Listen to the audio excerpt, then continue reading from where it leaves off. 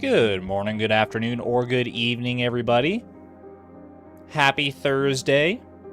Hope you're having a great time as we approach the well, it's in Canada, it's a May long weekend. I don't know how that translates to other countries. but up here we're coming up on a long weekend, so if the same is the case for you, I hope you're looking forward to it. I hope you're having a great time. How is everybody doing today? I see some lurkers in chat already. We appreciate the lurkers around here. Just a short weekend here. Aw, man. When are they just gonna get with the program and make it so, like, Friday is part of the weekend officially? Like, can't we just have, you know... It only makes mathematical sense. A week is 7 days. You can't evenly divide 7 in half. Fair enough. So why not make the weekend 3 days and then the week start... that's not how you say that, but the rest of the week, why can't that just be the 4 days? Come on, man. Will you sign my change.org petition to make Friday a part of the weekend? Friday is already part of the weekend here? What the heck? Sivan, how... you're working in a different system than me. Weekend Wednesday? Even better, honestly. Life with Argon. True. Very true, very accurate. That's just how life is. That's how life has to be, unfortunately, at least for now. But we'll make the most of it while we're here. Thank you for the goal, by the way, Lisa. I will pin that lovely little message. We are to craft a geode crusher today. I'm hoping it won't take that long. My plan for right now, we have the Cape Patrol quest, but we don't really have enough time to reliably complete it. So I think we're going to wait for it to pass and then try and get it at the start of the week to have the most amount of time to actually do it. And then once we get that, it shouldn't be too bad, I hope, as long as luck is kind of on our side, or not on our side, I guess, depending on how you want to define it, since we need to find monsters. Either way. The Crab Messiah wishes for an 8-day weekend. If you can, you know, maybe if we put the plan into motion now, then a few thousand years down the line, it'll come true. Either way, I digress. We got a little bit of fan art to go over before we get into our shenanigans here. I have, by the way, I went and made sure that all my mods are actually working today. Instead of having to wrestle with them on stream. My apologies for that last time. Now we should be good to go. I think the homie sword is active and available. It was honestly, it was totally on me. I was just not seeing the right files to download. I was getting all flustered because I was trying to do it fast, and then that's what was ultimately my downfall. So now it should all be normal. Not that there's many mods in the first place for randomized perfection, but that kind of mods. Oh, you thought I was talking about the chat mods? No. The mods to the video game. The modifications to Stardew Valley, if you will. Either way, we got a lovely piece of fan art from Meowsel again today. Meowsel has been dropping a few amazing pieces of fan art over the past little bit here. And the streak continues today with this lovely little piece of the newest addition to our little Stardew cinematic universe here. For those who weren't there for when we were exploring Stardew 1.0, we did randomize a new character and sort of invent a new character in the form of Miranda, who is, I guess, canonically at this point, Chloe's grandmother. It's so adorable. It's so cute, right? Little baby Chloe, Miranda right there. I can't with this art. It's so cute. Meowsel, you've gone above and beyond with this. It's so cool. It's so very cute. I love telling stories, and being able to tell a story that's like collaborative like this with the community about these like characters that we've grown to love is so much fun. It's so cool. Thank you to Meowsel for sharing this amazing, lovely piece of fan art. The first piece of Miranda fan art we have seen, but I'm sure not the last, because looking at this, how can you not just be in love and have your heart melt? Like I'm crying right now. I'm crying, man. It's so cute. Thank you to Meowsel, and thank you to all the fan artists who have shared fan art over the past couple of years. If you'd like to share your own fan art, have it shown on stream, or not, if you'd like to stay anonymous and just share it for funsies. Either way, !Discord, there's a fan art channel over there where you can drop it, let us know how you want to be credited, if you want to be credited, and all that lovely stuff. Thank you, thank you. When you do what you love, it's not work, right? Truer words were never spoken, some of the best advice you can give. And honestly, on that note, normally this is where I would transition into our daily Puffertle Pokedoku combo, but I actually have something a little bit different for you guys today. I have a super secret project that I've been working. I'm phrasing it like that makes it sound like it's going to be more bombastic than it is, and it's fun and it's cool and I like it and I want to share it, but it's not like I don't want to get expectations too high. I'm rambling now. I'm going to like dig myself a hole, so I'm just going to share it with you. I have been sort of casually an hour or two a night working on game development skills, which has always been sort of a side passion of mine, like programming and wanting to make games. And I have kind of a functional little like mini arcade style game that I would like to share with you because I think it would be fun. So why not, right? You know, anytime you create something, anytime you're passionate about something, I think it behooves you to share that with the people you care about. And in this case, that's the community here, both to, you know, share what I've been working on and to keep myself accountable for other to continue working on this hobby and maybe put more passion into it and see where it goes. Because I mean, that's kind of the whole reason I'm sort of getting into game development in some capacity, is that maybe it'll go somewhere even bigger than this one day. But for now, we're going to start with something very simple. And it's something I like to call, it's going to look very confusing because I'm going to open it up. Let me just share my screen here. Because this is, I think I pressed I don't know what button I pressed. Well, apparently the same button that I used to share my screen does this. It like zoomed it all the way in or something, I don't know. I made it in Godot here. This is my engine of choice, and this is not the game itself. I have to press F6 to show you the game. This is called Junimo Fruit Catch. I don't have any like art assets or skills myself, so I just like stole art from Stardew Valley to practice my skills. So, and it's a very simple game. I'm sure you can just get the concept based on the name alone. Check this out. Look at this. You're playing a little Junimo, and you got a little basket, and you just run around catching fruit. And that's all. That's basically all it is. You got your points. Every fruit is effectively the same right now. They're all just worth 1 point. And you got your lives up in the top right over there.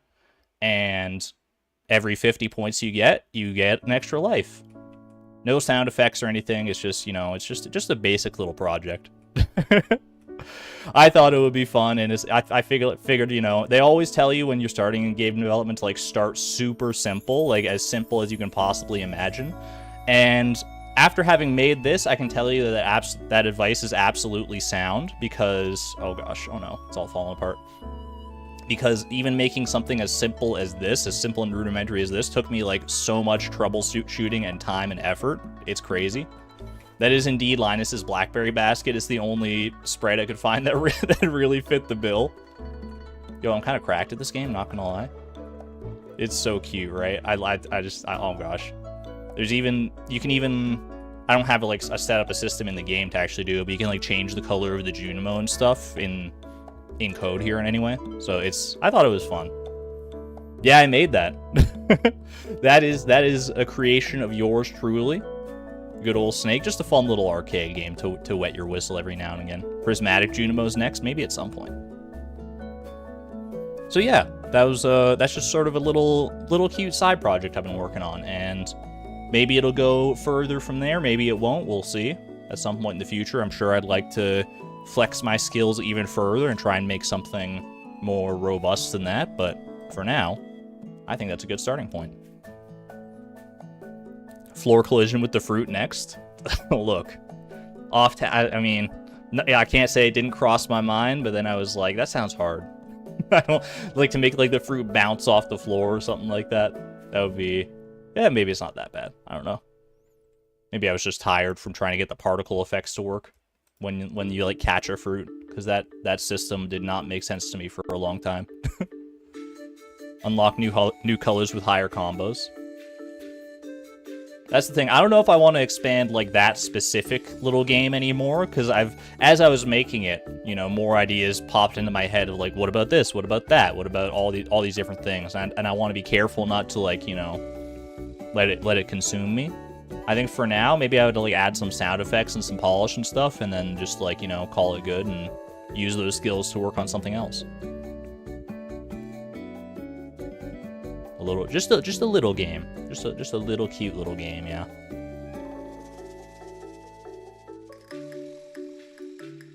Some kind of boost that turns you into a prismatic Junimo that attracts fruit. The main idea that I wanted to implement was having like a little speed boost where you have like those little packs of raisins, because raisins are apparently the Junimo's favorite food, and you can like eat them to like get a little speed boost for a bit to run around. That's about the. I don't know. Maybe. We'll see. Now, add a crypto miner. We have different priorities, you and I, Jazz. Have 1.6 goals been added? Indeed, they have. We are living in a 1.6 world now. And I am excited to get into it here. Also, the game sounds like very quiet to me. I don't know if that's just on my end, but maybe the music is loud in the games. I don't know. Audio balance is my passion. Also, you guys can't see the game, can you? I'm just realizing that now. Hold on, I think I forgot. I think I changed this around for when we were doing Stardew 1.0, and I have to change it back now. I think if I do... Oh gosh, which one of these is the right one? Oh, it's this one for sure. It's this, okay. I think that will work, and then we get the game audio back the same way. Actually, the game audio might be here already. Okay. There's the game. There's Beatrix. Everyone wave hi to Beatrix. And can you guys hear the game? If I, like, start running around and doing... I don't know, something... Wait, that one doesn't make a sound. Something like that. Oh, gosh. You can hear it okay? Alright, perfect. Perfect. I know it's hard to hear anything past the bees. As soon as the bees start playing, that's all we ever focus on. But hey, you know, I wouldn't have it any other way. Can hear the bee boss. Let's go. Get some bee emojis in chat as we try to figure out what the heck to even do here. The bees are pleased with my little Junimo game, I guess. They've come here to say hello. Hearing some b_boss.ogg. You love it. Alright. Best song to start the stream with. Amen to that. Amen. There are many things I would like to do. I would like to get my house expanded a little bit. I would like to get my geode crusher made. There's just so much. We managed to get this little room made here. Coffee Tunes, by the way, thank you for the gifted membership. To Anna, thank you very much. I appreciate that. Thank you for the generosity and the support. That's amazing. You love my Junimo game? Thank you, Xavier. It was you know, a little passion project I work on. I had to get it out of my system. I also wouldn't mind seeing the Spirits Eve festival tonight, just to see like what's changed around, because we are on an even number year. No, we're on an odd number year. Well, it still wouldn't mind. I haven't seen Spirits Eve in thank you, Sandy. Appreciate that. I haven't seen Spirits Eve in 1.6 yet, so I don't know what the changes are. So I'd be curious to find that out. Am I able to access Robin's today? Because I know it's a festival day and shops are usually closed, but like I never remember if Spirits Eve fits that same template. Because like I can still get to Robin's, right? And it's like, I mean, the festival doesn't start until late tonight. Spirits Eve is different. Yeah, we got to remove all the machines on the wall and all that stuff. We got to, like, move... Basically, I have to move everything off this wall. I have to move everything off this wall. And I have to move all this stuff off this wall in order to actually get, these expansions, right? Anything outside of town is fine? All right, sweet. So, let's get down to business. It feels almost like... It feels so wrong. These things have been sitting here gathering dust for the longest time. It's going to feel weird to move them like this. Can I move this fridge? Yeah, I can. Okay. Can I move it up is my question next, I guess. I would like to, like, if I move it over here. Okay, that works. All right. All right. I guess that's fine for now. And this one will move, like, over here. This is his own little mini game. This is fun. All right, we'll move that there. I think that should allow me to build that space. Now we got to move, sorry, little futon bear. I don't know if this is actually going to get in the way or not. We'll just move you over here for right now. Look, Andromeda, I appreciate that you want to help, but I don't think that's how we move chests. She's going to be, like, so in the way. Wait, if I just move these, like, one space to the side, is that fine? Oops. Okay, hold on a second. There we go. I think that's fine. That should be good, right? I'll move this one as well, just to be on the safe side. And I guess I can move this too. You know, I don't know what the full nitty-gritty is here, so. All right. And then this top section, grab our free Joja Cola, get a little speed boost as we run around the house doing this. I don't mind that. Take that, take that, take that. Take that! Call me Phoenix, right? Because I'm taking that. All right. And all of our posters. Do I have enough room for all of these posters in my inventory? I just barely do. All right, perfect. Now, I don't know if I need to move this fish tank or not, actually. I almost feel like I'm not going to need to. Hold on, is this chest? That's full. Here, we'll store, like, all these little furniture pieces in here for right now. Honestly, store, like, basically everything. We'll do a little rearranging once we have the new rooms. You think the fish tank can stay? I don't want to, like, risk it, so I'll just move it over here for right now because it's very easy to move. So, like, there's no reason not to do that, really. Window might be fine. Oh, I didn't even think about the window. Window might be fine. You're right, but let's not chance it here. Okay. I think that should allow us to expand in every direction that we need to here. Oh my gosh, get a bigger backpack already. Look, take it up with the randomizer, not me. I am merely at the whims of fate here. Dragon Tooth Shiv. While I'm walking around with this Dragon Tooth Shiv, I need my homie sword. Now that it actually has the proper sprite and everything. I'm not swinging around a big old cancel sign. Okay. That is good right there. Let's go over to Robin's. We don't need any materials. All you need is money for these upgrades, so we should be fine. I think we have probably just enough money to make this work. Also, look at all the moss on these trees now. I can't harvest any of that moss, because each one does give you 1 foraging XP, which is probably fine, honestly. I'm trying to think, like, what my foraging XP... Okay, I still have, like, a good amount of leeway, so I could get some moss if need be, but... Eat the crab cakes? I don't really have a reason to right now, because I'm not, like, pressed for time or anything. We're going to be waiting around until Spirit's Eve anyway, so it should be fine here. All right, open bedroom. I kind of like the way it's set up right now. We're going to add the dining room for sure, though. Select an area for renovation. There we go. Okay. That's weird. It was like when I hovered it and it was like valid, it became red, and when I went off of it, it's green. I don't know if that's working as intended, but at least we got that done. Make more house renovations, please. I would like to add a cubby right about there. Perfect. And last but not least, I will make a renovation to open dining room. Do we want to do that? I don't know. Add attic. Start there at the very least, because I know I want that room. Now let's see. Do I want to open the dining room, or do I want to leave the dining room as its own space? That would make for a pretty, like, massive open space if we got rid of those walls right there. You put your bed in the cubby. That's kind of a great spot. You can always close it. Leave it closed. I kind of like the separation of, like, leaving it closed. That's kind of like why I have this, like, separation of the bedroom, too.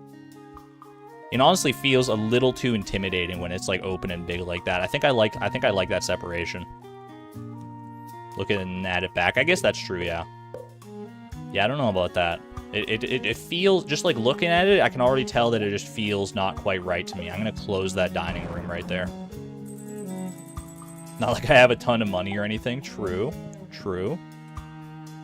I have to be very frugal with my expenses here. I don't have much money to spare. I'm already down below $21 million, so...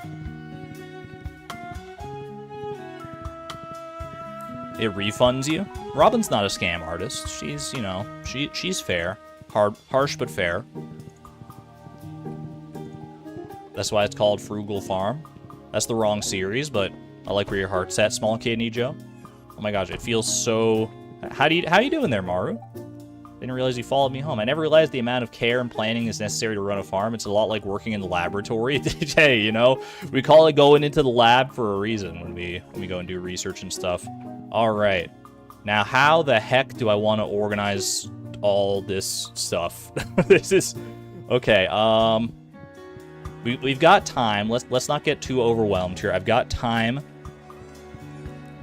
What would I like to do? I can go ahead and... These machines, these like little processing machines, I feel like I can put them down in the little cubby here for right now. I might change my mind on like some of these things eventually here. I think I would like to move that fridge roughly to that spot, so that's kind of, it's still in like a good accessible area. So let me go ahead and try and pull that off. Orion, please don't get in the way while mommy's moving a fridge. It's a recipe for disaster. What's the current plan? Right now, I just want to reorganize my house a little bit, and then we'll sort through the actual details of the goal momentarily. All right. I'm going to pop this down here, pop this down here. I think I honestly might take some time, like, off-stream just to try and organize everything. I don't know, because I don't know if it would make for the best, I don't know if it would make for the best, like, content to view on stream to have me, like, organize all this stuff, but I think I could definitely put in some time off stream and make it, and have, like, do, like, a total, like, home makeover. Oops, that is... Oh, I think I just opened the mod config menu. That's my bad. I know some people would be absolutely here for like a 4 to 5 hour stream of pure, like, home renovation, but I feel like I would be doing a disservice to a lot of people if I did that. Although, you know, maybe I'm misjudging. I don't know. All right, let's go ahead and move this over here. I will put the little... We'll stash the Joja Cola machine in the attic. I feel like that's only appropriate. My movie posters. Do I want my movie posters in the attic as well, or do I want to keep them out and down here? I'll put the window back here. I feel like that's fitting. I'm going to put the bookcase back down as well, I think. Bookcase is kind of nice. A little chair there. You can sun yourself in that chair. Little trash can on the side, maybe. I mean, we could put the Joja right next to the trash can. That's pretty fitting. Bex, welcome on in. Welcome, welcome. Maybe the new room to the right, the posters. That's a good call, actually, yeah. These seed makers need a home as well. I don't know what I want to do with the attic just yet. I feel like if I get, like, wait, I have the wizard catalog, don't I? We could make, like, a little, like witchy cubby or something like that. Hold on. If I do, like, this, for symmetry's sake, I'm not entirely sure what to do with this cubby right now. That seems fine for now. This chest here, it can actually go back to the same spot that it's always been at, just so I have that. I mean, I already have the muscle memory built up, so I might as well not mess with a good thing here. Just gotta play a little dig dug to get it done. Susan Edgecombe, welcome, welcome. Good to see you. Yeah, this room's pretty barren right now. Maru's taking an interest in the Joja catalog. We're converting her to the dark side. Or do you think she's, like, put off by the picture of herself that I bought from a random, like, black market merchant? She's fine with it. It's all good. All right. Maru Shrine looking thing. We'll move the shrine over this side, and I'll have because there's more room for the movie posters up here. We do it like this. I actually don't know if this will like fill all our spots on the wall here. Not quite, but we have more movie posters, don't we? She's like, stuff is cheaper than IKEA. I know, yeah. If you get past the little disclaimer, they got some good stuff in here. Manager of the Year poster. What the heck? Joja Cola tea table. The Joja you could actually just literally turn your entire house into a Joja warehouse, couldn't you? There are so many more options than I thought. Wait, hold on. The Joja fireplace is I mean, it's in the name. It's kind of fire. Dr. Watson, thank you for becoming a member at the Electron level, by the way. Thank you, thank you. The Joja bed. Hold on, I kind of like this fireplace, though. Like, that's kind of... Oh, it's got the J on it. I didn't even see that. That's a little tacky. Is it better than my current fireplace? Do I even have a current fireplace? I don't even know if I have one, honestly. I thought I did, but... Love the Junimo lamps. We don't have access to the Junimo catalog just yet, but in due time, I'm sure. Pop that right down there. Nah, that's not a good fit. We'll maybe find a place for the Joja fire. The Joji? The Joja fireplace in due time. The other posters are in the arcade room. That's true. Yeah, do I want to move these is the question. There's only 2, and don't we have like 3 spaces to fill? Maybe I can just do like a little symmetrical shenanigans here instead. How many do we got? We got 6, so if I just move like these 3 like to the far side here, and then we can still leave Maru right in the middle. Feeling more... We are not beating the Maru Shrine allegations anytime soon, but I think it's a good fit. All right. House is getting mighty dark in here, I must say. I'm not used to it. This didn't used to happen before 1.6, where I thought you'd like have to like leave and come back for the house to get dark like this. It didn't dynamically do that, I don't think. Maybe I'm misremembering things. I'm gonna go ahead and move that there. But I'll just put both my catalogs down in this spot here. Andromeda wants to get in on the action. Why can't I put the furniture catalog there? I think it's because Andromeda was somehow in the way. We do need some lamps for sure. I think lamps would be not a bad idea. First and foremost, though, I gotta figure out what the heck I'm doing with these chests. Maybe I move the bear over to the dining room for right now. I have no... It's a lot of space to work with in the dining room. All right, Andromeda, sweetie, you're gonna have to... just be careful, okay? Just be careful. Just stay in your... Okay, that's fine. It doesn't let me move it onto your little tootsies. Honey, I'm gonna need you to move. Oh my gosh. This baby, dude. This baby is driving me a little crazy right now. Okay. Not gonna... Okay, fair enough. Let's give her some room so she can actually get out of there, I guess. Oh my gosh, it's too good. All right, well, we'll just line it up like this for right now, I guess, and we'll just have to wait until she's... I mean, she has chosen that's her spot to play right now. So who am I to get in her way, right? So I guess we'll just leave her alone for right now. Leave the house and come back. Maybe she'll be in a different position. It's worth a try. Ah, get out! Oh my gosh, that was so scary. Wait, oh my gosh, you're right. She teleported. You gotta take advantage of this moment here. Do something like that. Probably putting one of these chests in the corner is not the best idea, so we'll do something like this, and we'll do something like this. Spirit's Eve has begun in the town square. Hold on, I'm gonna put a lamp in that corner. I think a lamp in that corner will go kind of hard right now. We'll make our way to Spirit's Eve very shortly. Do we have any wizard-based lamps? Any interesting... The wizard lamp, how about that? Sure, why not? I'll give it a little whirl. The children yearn for the corner, apparently. Coming to bed? Honey, we have a festival to go to. Alright. I don't know if it fits the vibe, but it's functional at the very least. Like I said, I might do some more, I might at least, you know, brainstorm some ideas so that I actually have some direction on where I want to go with my decoration. between streams, and then maybe we can do the actual decorating on streams, so that I can, like, field ideas past you guys. I don't want to, like, try and brainstorm it all on stream, though, because I feel like that would just take so much time. At the very least, we got all the rooms to work with now, and I think that is the best place we could be at right now. So let's head off to Spirit's Eve and get ourselves a prize ticket. Why not? Corner guy's a guy that grows corn. I mean, that's what I thought for a long time. Already have your ideas. And does Pierre sell anything new here? Rare Crow, Jack-o'-lantern, Gravestone, and the funky rug. Tread that funky rug, cowboy. Look at this. I want to, like, talk to people, but well, actually, I don't know if they'll have any, like, new dialogue. Mother won't let me go into the maze. That's the same dialogue as ever, because I know that Vincent. That's, like, the only time that Vincent calls his mom Mother. Mother will not let me into the maze. How are you doing, Maru? I'm confused. You go on ahead and let me figure this out. All right. I'm not going to spoil the solution for her.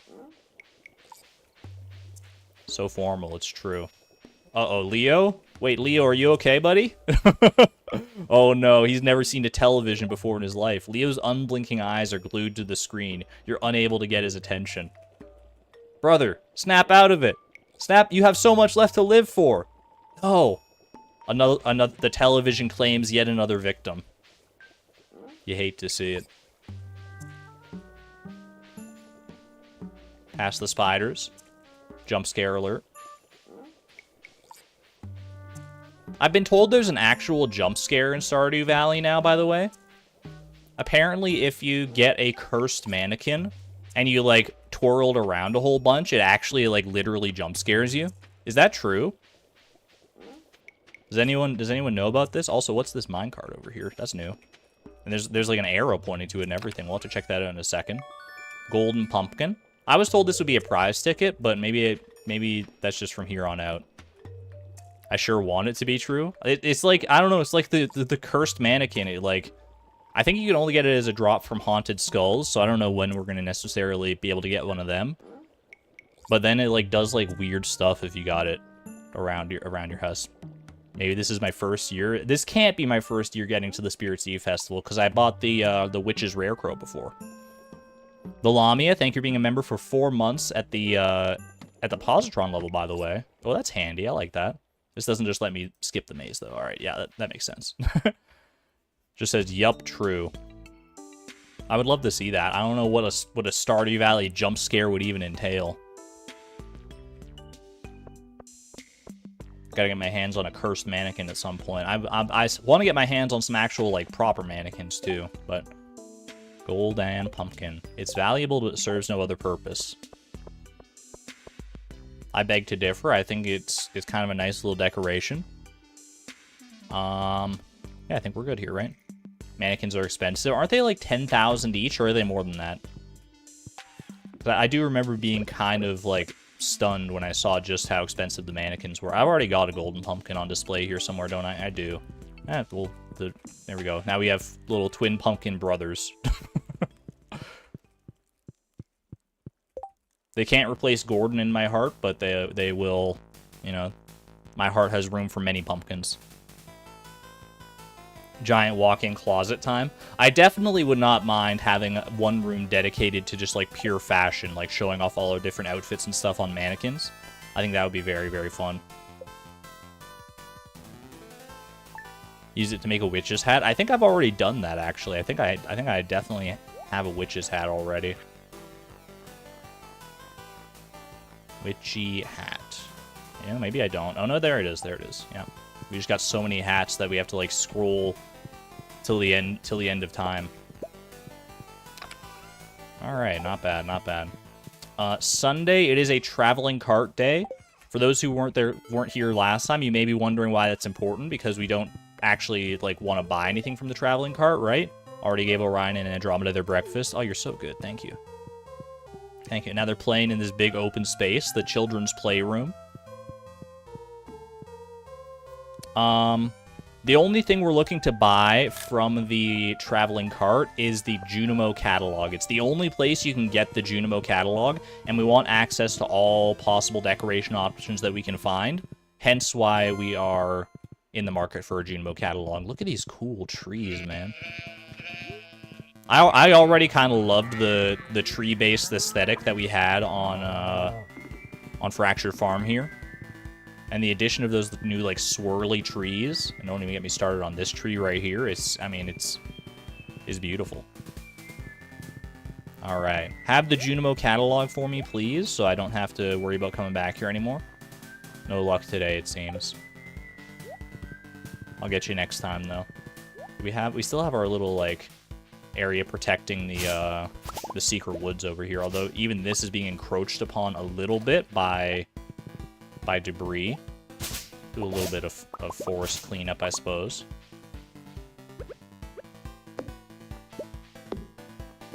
Do I have mining? I do have leeway for mining XP, so I don't mind getting rid of some of these rocks here.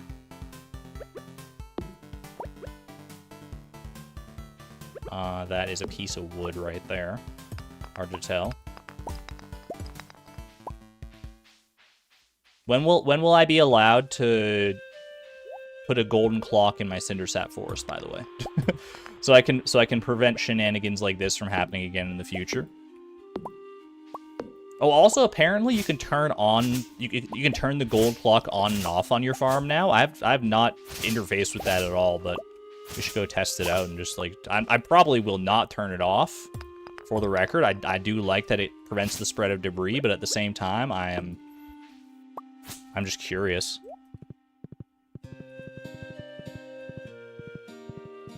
Yeah, there's the list of all the completed goals so far. We are still over 50%, even with the addition of new randomizer goals in 1.6, which is very, very nice to see, but we still have a long way to go here. All right, tomorrow is the start of winter. I got to be careful around these moss-caked trees when I'm scything, because otherwise I'm liable to get moss that I do not yet need, and I don't need the experience for it either. Even though it's only one experience, so it's not the end of the world if we do accidentally gather some, I'd still rather avoid it, if at all possible. Why would you turn it off? I guess if you want debris spawning on your farm for some reason or another, then, you know, go crazy. New music. I did add some new music tracks to the stream playlist, just a few, and this is indeed one of them. I kind of fell in love all over again with the Diddy Kong Racing soundtrack. I'm not gonna lie. The Diddy Kong Racing soundtrack goes pretty hard. Pretty much every song. I played that game so much as a kid that like every song from the soundtrack kind of lives rent-free in my head. Is this? I can't. This one is. Don't tell me. Don't tell me. This is.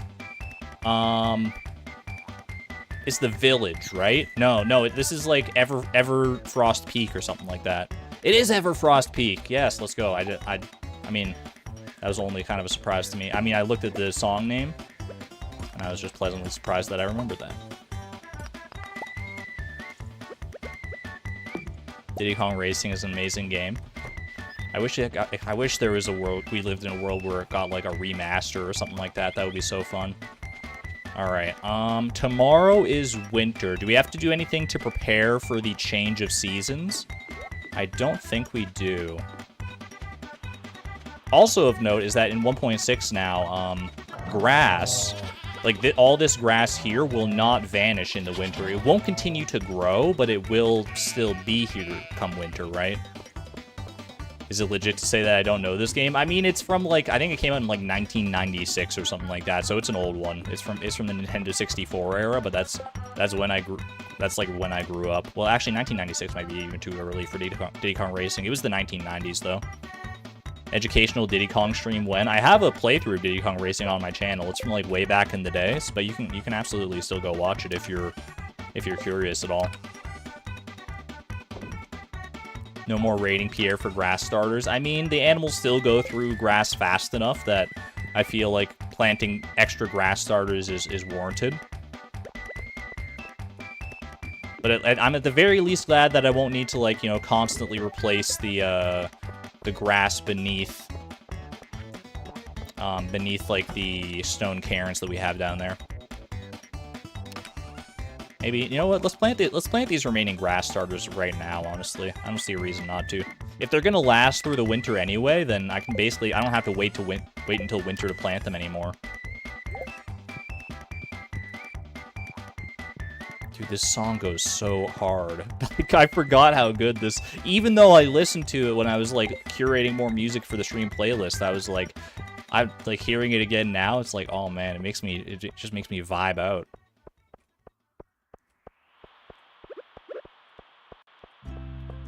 Alright. Go ahead and pop down a few more grass starters here. I don't know if I'll use up all the grass starters that I have remaining on this section here. Actually, maybe I should wait until winter to do this so I don't accidentally pet any of the animals and gain untoward farming XP. At the same time, though, it's kind of fun that way. It makes it like its own little cute mini game or something like that. A little free triple shot. Don't mind if I do.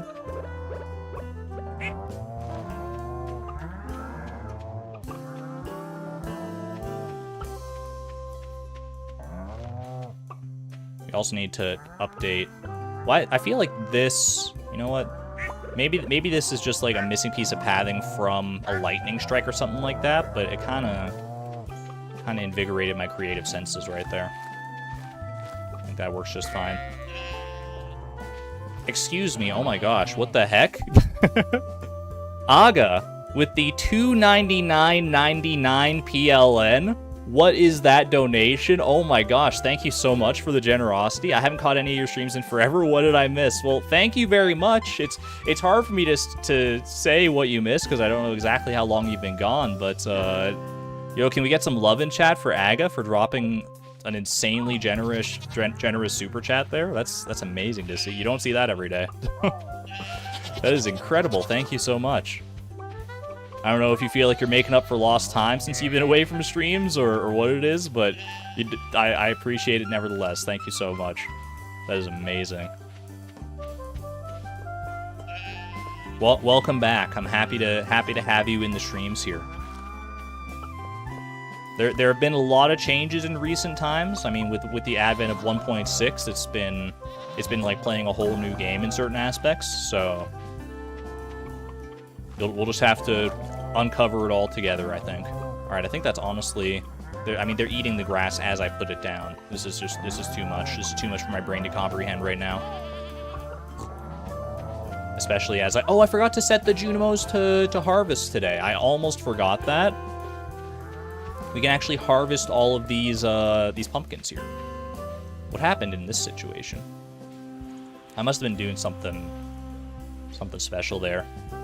I have kind of a vague memory of like growing some extra crop here, and yeah, I think it's all coming back together now in my brain.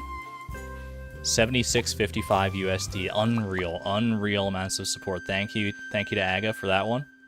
That was amazing. All right, we have 4 giant pumpkins. I hate to say it, but I think that's 3 giant pumpkins too many. We only want 1 of each giant crop, so 3 must go. Chat, which one was the original Gordon? Do we remember? Which one was here first? I want to say it's this guy right here. And all the others are imposters. But admittedly, it's been so long that I don't actually remember. I'm pretty sure, like, I'm like, you know, like 72% sure that it's this one. But is that enough to commit Gordicide? I don't know. Screenshots? Yo, that's true. We could use this. That's great intel. That's great intel, Andy. We can actually use our screenshots to divine when the first one appeared. Okay, so we scroll all the way to the bottom. We open up the first one of this fall, where we didn't have any giant pumpkins. I'm not going to go ahead. I'm not going to show you the screenshots here. That was not the first one. That was not the first. I was mistaken. My 72% hunch was incorrect. The actual true identity of the first Gordon is this guy right here, right in the middle, smack dab in the middle of the field. All the rest are. I appreciate their presence. I appreciate them coming to the party, but done. Your time here, your time here is appreciated. This secret note. There was a new secret note added in 1.6. That's probably what this is, but I think there's also the secret note that I didn't want to... Wait, no, I've already got the iridium snake milk, don't I?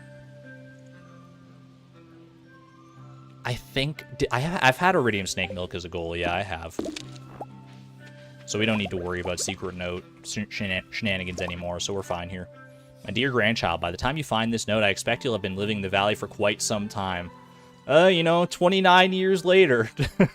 I hope things are going well. I'm honored that you're continuing the family tradition of farming, and through that noble endeavor, bringing greater life and abundance to all of Stardew Valley. A place very dear to my heart. Keep up the good work, Grandpa. P.S. I've hidden a very special secret for you somewhere in the valley. You might think of it as a compendium of my greatest discoveries. Someday when you're ready, you'll find it. We'll get there one day, Grandpa. Please don't rush me. Please don't rush me. I'm enjoying taking the game at my own pace. It's year 29, and I'm not quite there yet, but we'll get there. We'll get there in due time. By the way, 1.6 has removed individual secret notes. Now the order of the secret notes is always the same for a player. Interesting. Ooh, I was not privy to that. That is good information to know. Thank you, Alexion. Yeah, that secret note is, I believe, in reference to the mastery room. All right. Really, I should take all the stuff out of here that's not flowers. I like leaving the Junimos a little bit of flowers just to brighten their cute little homes. But we don't necessarily need it. Okay. Oh, there's one pumpkin left over there. They're still ready to harvest. Will they get that pumpkin in time? I don't know. They're kind of meandering. They're enjoying the presence of the giant crops. They're heading back home. Come on, little buddy. No, they're going to bed. They're going to bed. There's one more pumpkin right there. Do you see it? Do you see it? Look, I don't want to harsh your vibe, little friend, but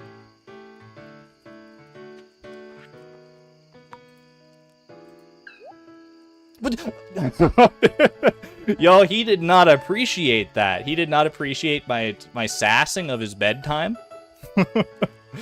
He just pulled a I teleport behind you, kid. Nothing personnel. Oh my gosh. Okay, where... Do I have any stacks of pumpkins already in any of these chests? I do. I do have stacks right there. I'll put these pineapples in there as well. I was stressing them out. Alright, I guess I can harvest the last pumpkin manually. Do I have farming XP to spare? Wait, one of those was showing me farming XP. Yeah, we're fine. We're fine. 31 XP. What's the big deal? Alright.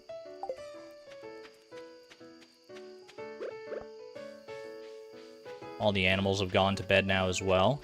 Take my opportunity, plant some more plants. I mean, none of this grass is going to spread, so I guess the animals actually won't eat it during the winter because they won't go outside during the winter.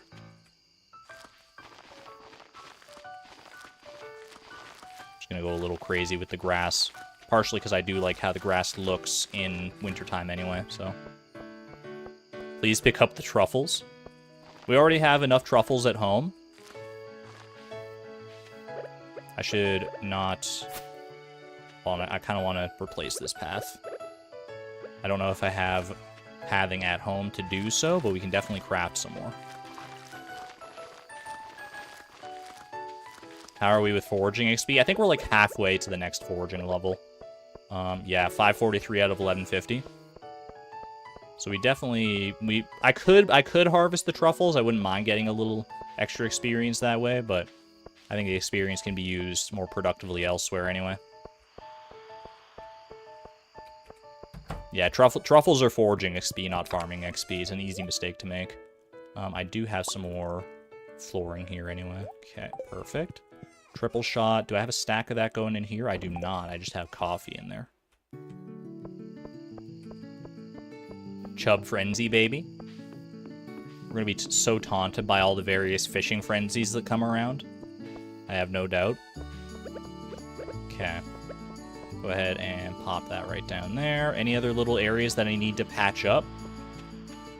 I kind of like that better. All right, excuse you. You haven't seen a frenzy either. Frenzies are like pretty rare. I think from one of Blade's shorts, he went over like the mechanics of how a frenzy spawns. I think anytime that bubbles spawn, there's like a 1% chance for it to turn into a frenzy. So like bubbles are already like a little bit rare. They're not so rare that you're never going to see them. You'll get some bubble spots every day. And then each of those has like a 1% or maybe even less than 1% chance to spawn or to turn into a frenzy. So it's pretty realistic that you won't see a frenzy for like a little while playing the game, admittedly. All right, go to sleep for the night. I think we're good. I think we're all set for winter here.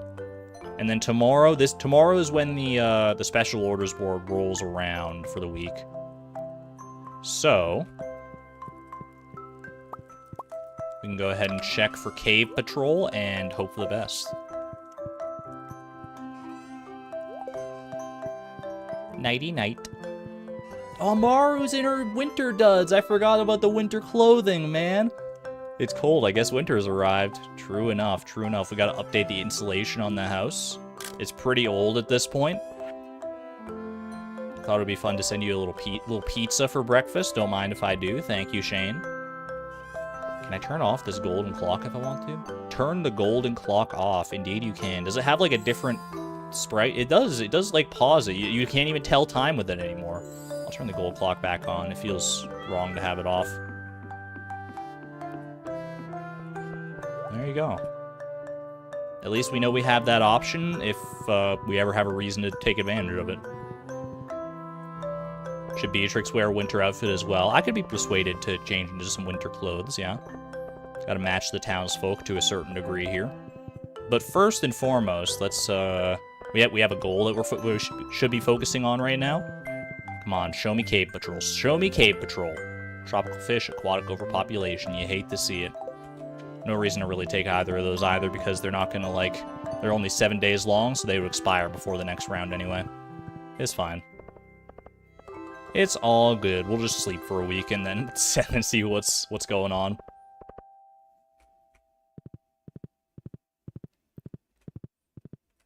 Have I tried some of the new stuff that you can put in a fish tank? There's a lot. Yeah, that is something else we could play around with. You can put in pineapples, you can put in Joja Cola, you can put in anchors, treasure chests. There's like a whole myriad of stuff beyond just like a little bit of seaweed and coral that we can put in those. So we'll have to play around with that a little bit. Actually, can you put hardwood in them? You certainly can. All right, well, there you go. I couldn't remember if that was one of the things, but you can put we should try a pineapple, honestly, because I'm curious to see what a pineapple would look like in there. Do I have any pineapples in here? I do not. But I know where I can get some. Dragon tooth? I can try a dragon tooth. I don't think you can put these in. Nah, no luck. That'd be cool, though. Clay. Just makes a little sand castle. I'm here for it.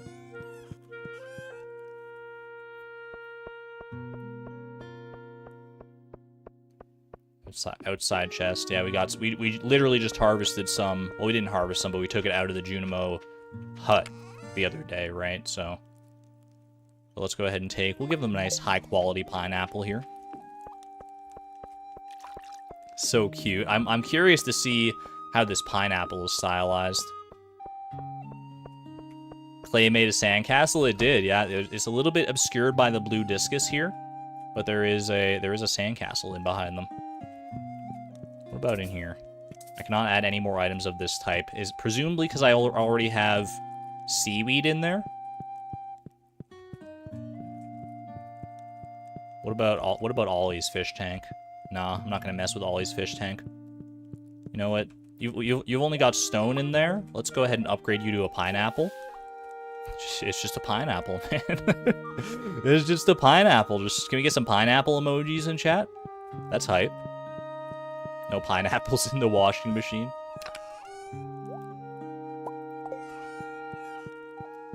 That's fantastic.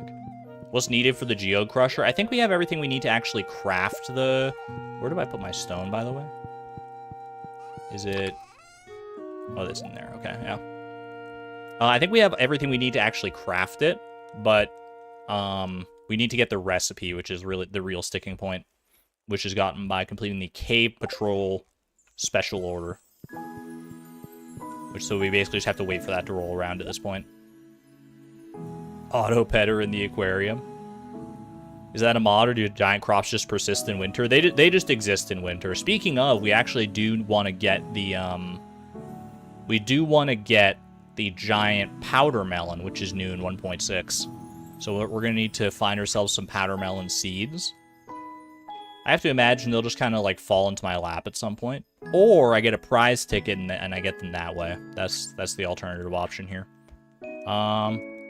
Let's see what our winter drip is gonna be today. Burglar's ring. Do I need the burglar's ring? It couldn't hurt. I'm gonna be killing monsters in the not too distant future, so I'm gonna go ahead and swap that around. All right, let's find a good fit for winter. Let's start with a hat. The hat makes the outfit. We do have the earmuffs. That's a classic option. Are there any other options to mess around with? Actually, are there any new options now at Hatmouse? I mean, we have... There's more achievements now. I don't know how many of these are, like, new that we've already, like, completed. We did get the beanie. Oh, we could go with the beanie. That's true. Where's the beanie? We got hunter's cap. Where's my beanie at? Beanie? Beanie or floppy beanie? Do we go beanie or do we go floppy beanie? Both of them are a nice fit, honestly. I feel like they used to like cover up her hair more. Now this is kind of nice. Got that, and we got regular beanie. It's got to be the floppy beanie, right? Yeah, floppy beanie is so nice. That's a very good fit. Okay. What matches the floppy beanie shirt-wise?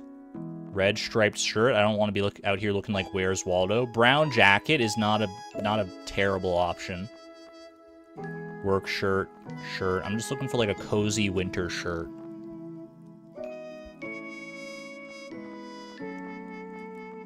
Just a nice, cozy, warm winter shirt of some kind. We have so many shirts at this point. This is kind of ridiculous. No, it's a little too formal. Something's speaking to me about that one. I don't know. We'll try it out. The fluffy shirt. We do have a fluffy shirt. This isn't a bad option. 80s shirt, button-down shirt, black leather jacket. Probably not for winter. The cowboy poncho. The bomber jacket is a classic. We can try that one out. Blue hoodie would kind of clash with our floppy beanie. Turtleneck sweater. I mean, there's no more classic of a winter look than a turtleneck sweater, right?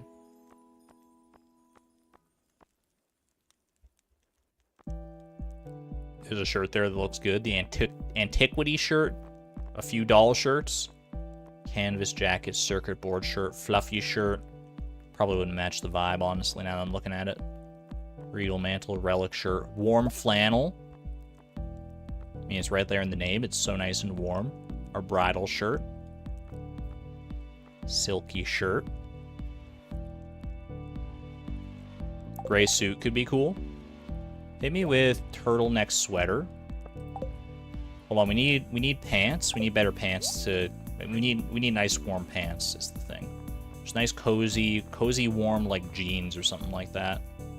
Relaxed fit pants. We need some better pants options. Relaxed fit pants could be good if we like color them correctly.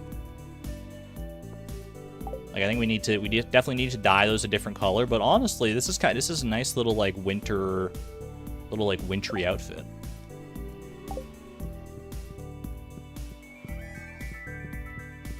Beatrix's wedding dress should be in front of Maru's portrait on a mannequin. All right, that idea is locked in. We definitely have to make that happen. Different shoes. We'll get some different shoes for sure. Hold on, I'm looking for my rainbow shell collection though. Bit too autumnal for you? That's fair. That's fair. It is kind of autumnal. We can also dye the turtleneck, I think. Yeah. Hold on, I want to dye these relaxed fit pants first. I'm feeling like maybe like gray almost. What color What color do we feel like these relaxed fit pants could be?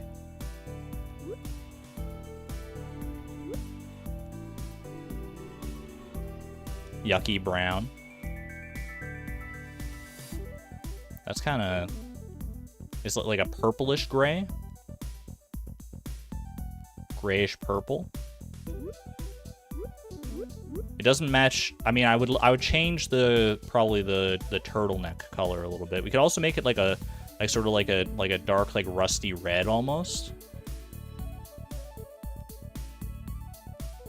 To maybe like match the dark green gray might be nice. Dark green gray. I can get behind that a little bit too. Yucky brown wasn't a suggestion, it's an observation about the sweater. I got you. Yeah, we need to dye the turtleneck for sure. But right now we're locked into dyeing these pants. So I don't know if this is... I mean, the greenish does make me think a little bit more wintertime because of, like, you know, Christmas and that sort of thing. But it's a nice, like, dark, very muted green. I think I can get behind that. Let's go grab another... We need better shoes, too. That's true. These shoes are definitely clashing. Rubber boots. Tundra boots? Tundra boots go so hard, dude, with this outfit. Are you kidding me? Oh my gosh. Wait a second. All right, and then we just need to get a... I'm going to grab the rainbow shell. And we'll see about maybe finding a better color for this turtleneck here. That baby is... the baby's got the zoomies. No doubt about that. Alright. What color are we thinking for the turtleneck? The world is our oyster here. We could go like a lightish gray, light grayish white. We could go like more like a reddish kind of hue to match the floppy beanie a bit better. Kind of matches the Tundra boots nicely too. We could go with the green, little green turtleneck to match. Do we want like a light color turtleneck or like a dark color turtleneck? I don't want it to match our pants too much because I think that's... I don't know if I like that so much. It's a bit too homogeneous. A light blue. You can try a light blue. Light blue's kind of nice, honestly. I don't know if I would go like a more faded blue like that. That's kind of wintry in a way. Lavender seems like Bia's color. A little cream color sounds nice. This is kind of like a cream color situation here. Maybe a little more like that.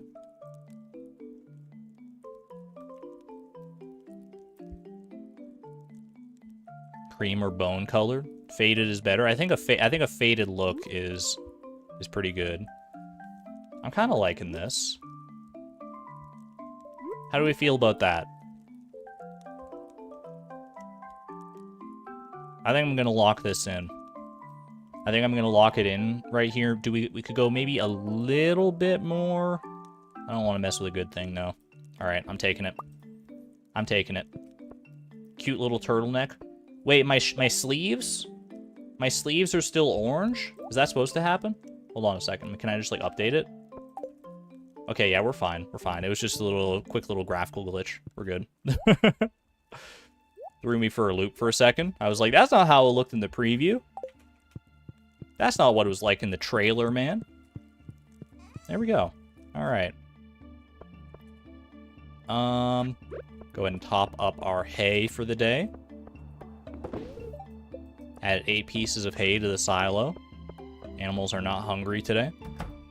False advertising. Yeah, you just gotta, you know, put on a different shirt real quick and then just swap it around a little bit. Gets the job done. Oh.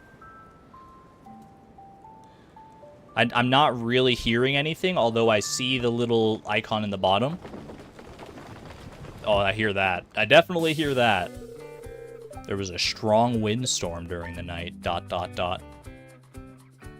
New quest, or did we not do that yet? Well, this is a new quest that we're able to do this one. Because the raccoon, nothing relating to the raccoon is a goal.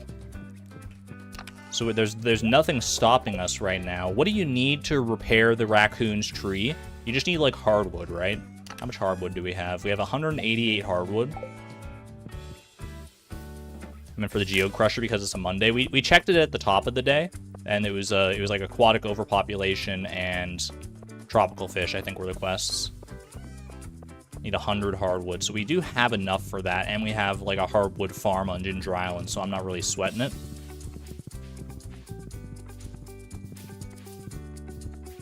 I can buy powder melon seeds from the raccoon. Is that true? True facts? True story?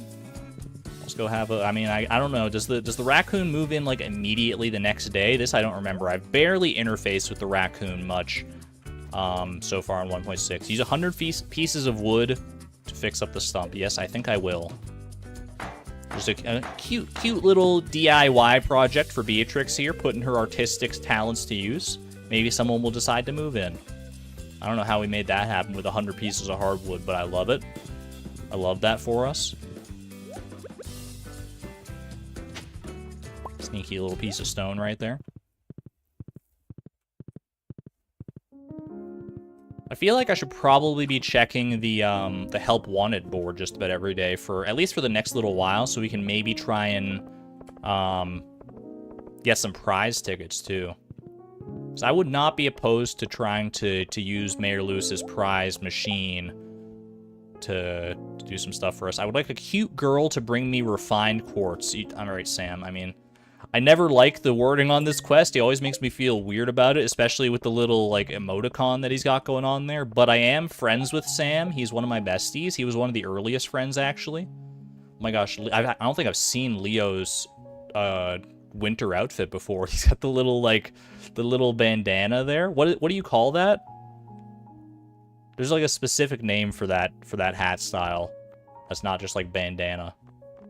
Sam. I am friends with Sam, right? I am friends with Sam. Yeah, we're good. I don't think I've seen Leo's winter outfit yet. A bonnet. I feel like it's an even more specific name than that, but maybe I'm just, like, mixing it up with a different style of headwear. Looks like a babushka. Do I have any refined quartz already handy, or do I have to refine some quartz myself? I do have refined quartz handy. Perfect. You're in love with Haley's winter outfit. I mean, obviously, Beatrix has eyes for Maru. But I will say, as a personal preference of mine, and maybe I'm slightly biased, just slightly, I think Haley's winter outfit is the best of literally all of them. It's, oh my gosh, her fashion sense. She does not miss, dude. She does not miss. It's so good. Even if you don't like Haley, you gotta admit she's doing something right with her winter fashion. Anyway, here's your refined quartz, sir. Enjoy. Thanks a million, Beatrix. I should have known you'd be the one to take on this job. What is that supposed to mean? Is it because I'm a cute girl? Must be. Jody, we haven't befriended Jody yet, I don't think. I think Maru's winter outfit. No, Marnie's winter outfit really suits her. A lot of them do, like, I have to admit, like, pretty much all the winter outfits I feel like do suit the villagers to a certain extent.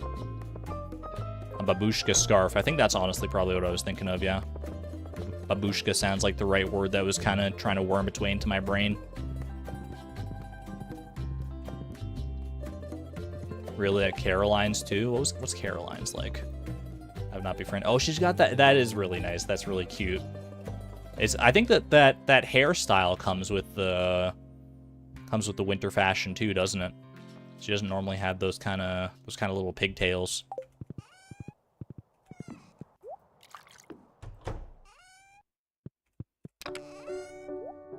Pop that away. And off to bed we go.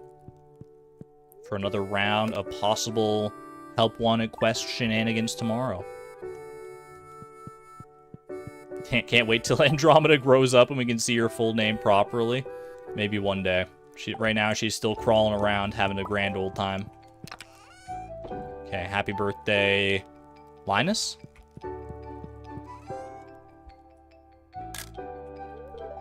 Spent the morning repairing a few of the fences. They should be good as new. Honey, we have a gold clock. You don't have to worry about those small nuisances. You also fill Pie's water bowl. I appreciate you putting in the work, though. Wait, we have fences? Since when? I don't even remember where we have fences, honestly. What'd you just give me? You gave me a bullhead? Thank you. Thank you, Pie. I appreciate you.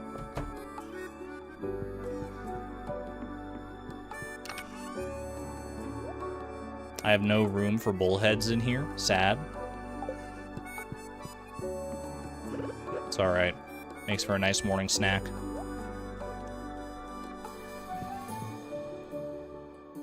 Next to Haley, your favorite winter outfit is Sebastian. But he's for me as Haley is to Argon, so fair enough, you know what? We don't have exclamation point Sebastian, but exclamation point Haley will have to do. We befriended so many people. I forgot how many people like we'd actually gone through that process with so far. And in 1.6 now, actually, befriending people should be even easier in some capacities. If we can get our hands on some Star Drop tea.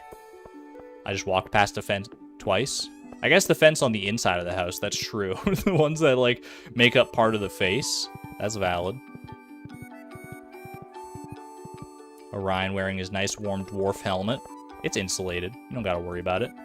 The homie helmet is a classic.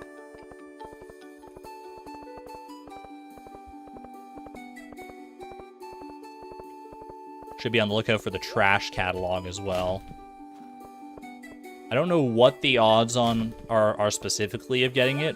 Until we get the alleyway buffet, it's probably like pretty low, and even once we get that, then it's probably not much higher, but I'll be on the lookout all the same. Yo, raccoon, my little raccoon boy. How you doing? Hungry, need fish. You need 5 periwinkles and a smoked chub. So I don't have a fish smoker. The only way I could possibly get a fish smoker would be either to get the goal for it or to get lucky at the prize machine, right? And then the 5 periwinkles is like kind of a problem too, I think. Well, actually, have I caught periwinkles? Has that been a goal yet? I have caught periwinkles actually. Okay, noted. Tell him to get off his bum and get these things. Yeah, that's honestly a good point. Aren't raccoons supposed to be like the ultimate scavengers? Can't you go find your periwinkles yourself, little guy? Prize machine gives a smoker. It has a chance to give a fish smoker. I think it either gives a fish smoker or a dehydrator, depending on your seed. It's like, because like the prize machine is seeded, where it gives you like a certain roster of gifts for like the first like 20 or something like that. And then after that, it goes through like a repeated cycle.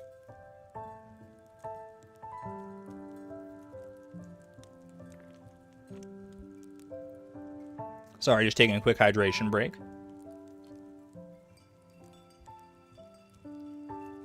The trash catalog has a 0.2% drop rate after searching 50 trash cans. Thank you for the intel. I think we've searched more than 50 trash cans at this point, so it's probably just a waiting game now.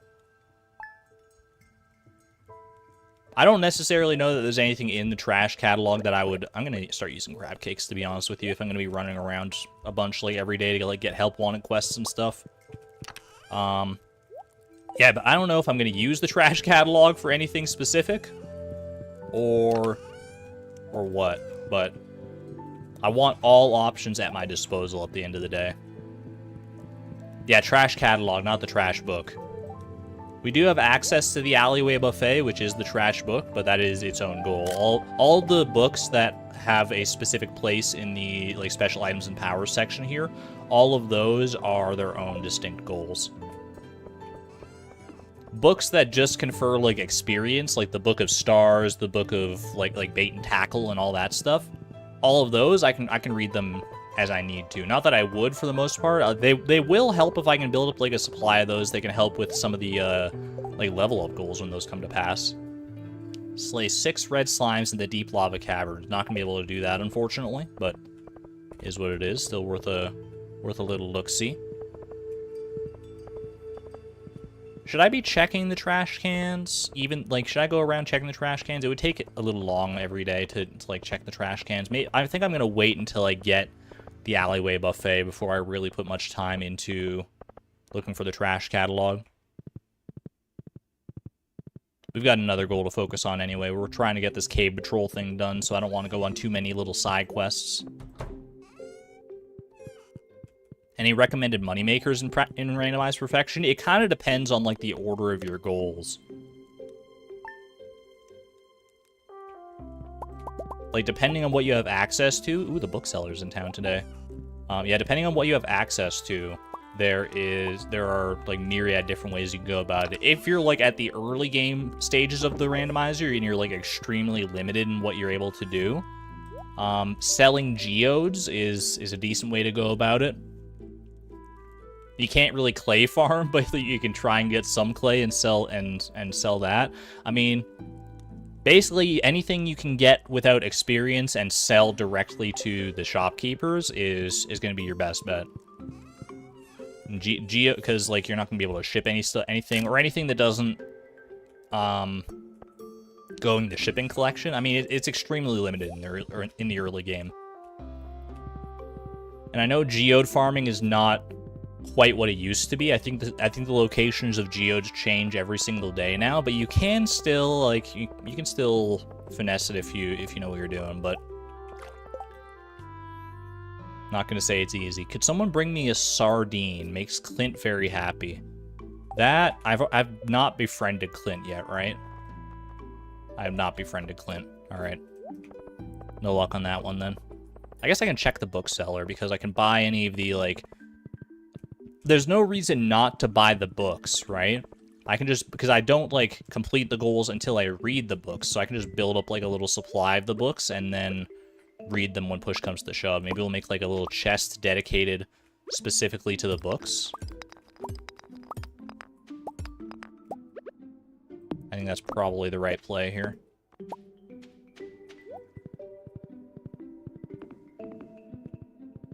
Marcello, my man, how you doing? All right, Stardew Valley Almanac. These are expensive books, though. Like, holy moly. All right. Queen of Sauce. Technically, I could just buy the Queen of Sauce. Is there a reason? Hold on. Does the Queen of Sauce cookbook? That's not like a power-up. I don't think. Aren't any Queen of Sauce recipes that you don't already know? But I think I know all of them. So would that just be like a total waste? It very well might be. Let's not mess around with that too much. I will buy the almanac. I'm trying to like shift click these so I can just go into my inventory or something. I'll just buy everything, honestly. Horse the book, old slither legs, and the price catalog. Queen of Sauce cookbook, I can just read it. It's 50,000 though, like, which is, I mean, I have a lot of money, but why would I just, why would I burn 50,000 on something I just don't need? All right, and I can't trade for books just yet. Maybe it's because it's my first time to the bookseller. Either way, I'll buy all the books that I can here, basically, and then just store them for a later day. All books for an achievement. You got the read all books achievement without the Queen of Sauce book. I feel like the read all books probably only relates to the ones that show up in here, right? Oh, waste, says the one with $20,000. Look, it doesn't matter how much money you have. If, like, you don't need to spend it just because you have it. That's a false mentality. It's not a good mentality to get into. Is the new Iron Man a mod? There is a mod that I'm using, like a customized mod, for the new version of the Iron Man challenge, but it's not a publicly available mod. Technically, you can still do the challenge without any mods. Well, actually, you need like a debug command thing to mess with the money. But Calico Falls, no luck. At least 2 milk. Price catalog is a loved gift for Penny since it's technically a book, which is really funny. All I'm gonna say is I'm glad I did the Giftathon challenge where you give everyone their liked and loved gifts. I'm glad I did that before 1.6, because Penny was already kind of a nightmare with having to give her all the artifacts. Now you have to give her all the books, too. Jeez Louise, man. It's a little crazy. Penny loves all the books. Does she love the books, or does she only like the books? I don't even know. I think they're all loved gifts, actually. Okay, we're gonna make a... Wait, tell me there's a hidden mechanic where I can use the bookcase to store my books. Nope.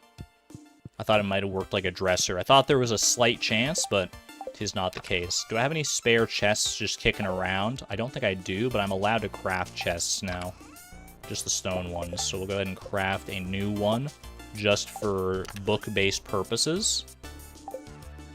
I will store it. Make a little library section. I guess I can make my own makeshift library.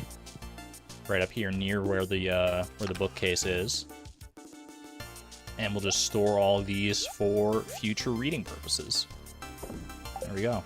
You can also use them for future trading purposes at the bookseller, too.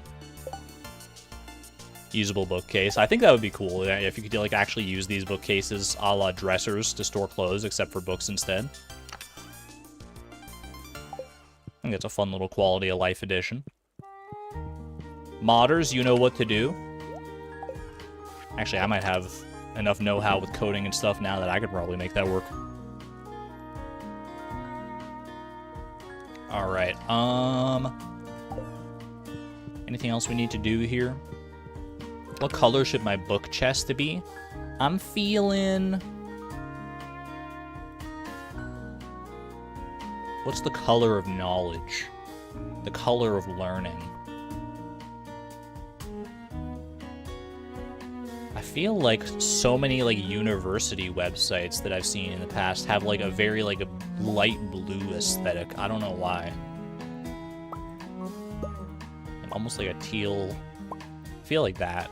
I feel like that's a good color for it. Speaks to me. Have I been practicing some coding? Indeed I have. I have been practicing a bit Atomic Diamond. In fact, at the top of the stream, I showed off some of the fruits of that labor in the form of a little game that I made via Godot, which is it uses its own, like, coding language, GD script, but that's pretty. I mean, a lot of it is very similar to other coding languages that I've worked with, so the skills are definitely transferable there. We're gonna do sleep, right? Yeah. Don't forget Maru. I would never forget Maru. Andromeda! Andromeda, she's standing! Oh my gosh!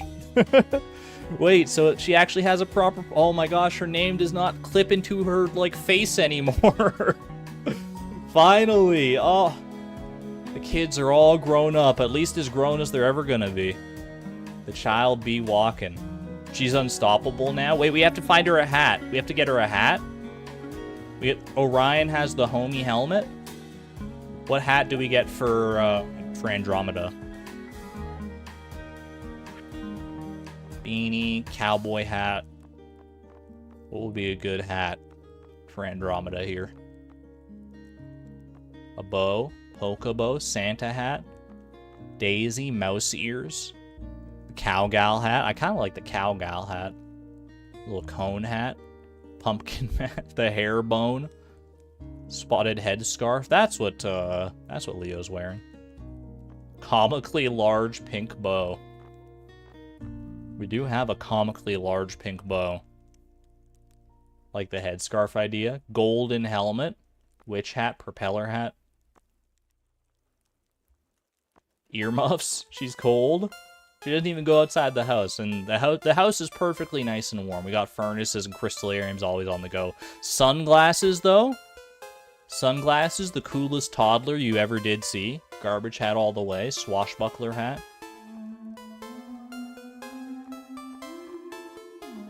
I don't know. There's so many. There's a lot of good options, honestly. I think golden mask. I'm kind of feeling the mouse ears, honestly. I'm kind of feeling the mouse ears for you, Andromeda. Wait, it's so good. Wait, show the camera. She's a little shy. You gotta give her a second here. I can already tell it looks good, though. I can already tell it looks good. Hold on. If I leave and come back, maybe she'll be more inclined to show it off. There we go. Look, she's so cute. Oh my gosh. In honor of the hat mouse and all of his lovely gifts. There you go. Absolutely adorable. Fantastic. I love it. She's off to the gaming room to do her daily exercises. That means Dwarf and Hat Mouse are buddies in our house. Absolutely. Homie and the Hat Mouse. That's a comic strip I would absolutely read. Homie and the Hat Mouse. Imagine what kind of zany adventures they could get up to. Two characters you wouldn't probably think to associate most of the time, but get them in the same place and they're cooking.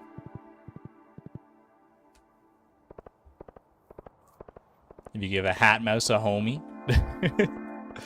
Alright, no daily quests. I think I am going to go buy a mannequin today. Because I was thinking about that. We should get that. I really do love that idea of, like, you know, having an area with Maru's portrait and, like, the wedding dress and stuff on display. So I think we're going to go ahead and do that today. Because we can just go to Sandy and buy a mannequin at any point, right? Let's see, where do we want to do it? Do we want to do it over in this room? I feel like I want to move the Maru portraits elsewhere. I'll just put it in, like, this little nook right now. This is kind of cozy over here.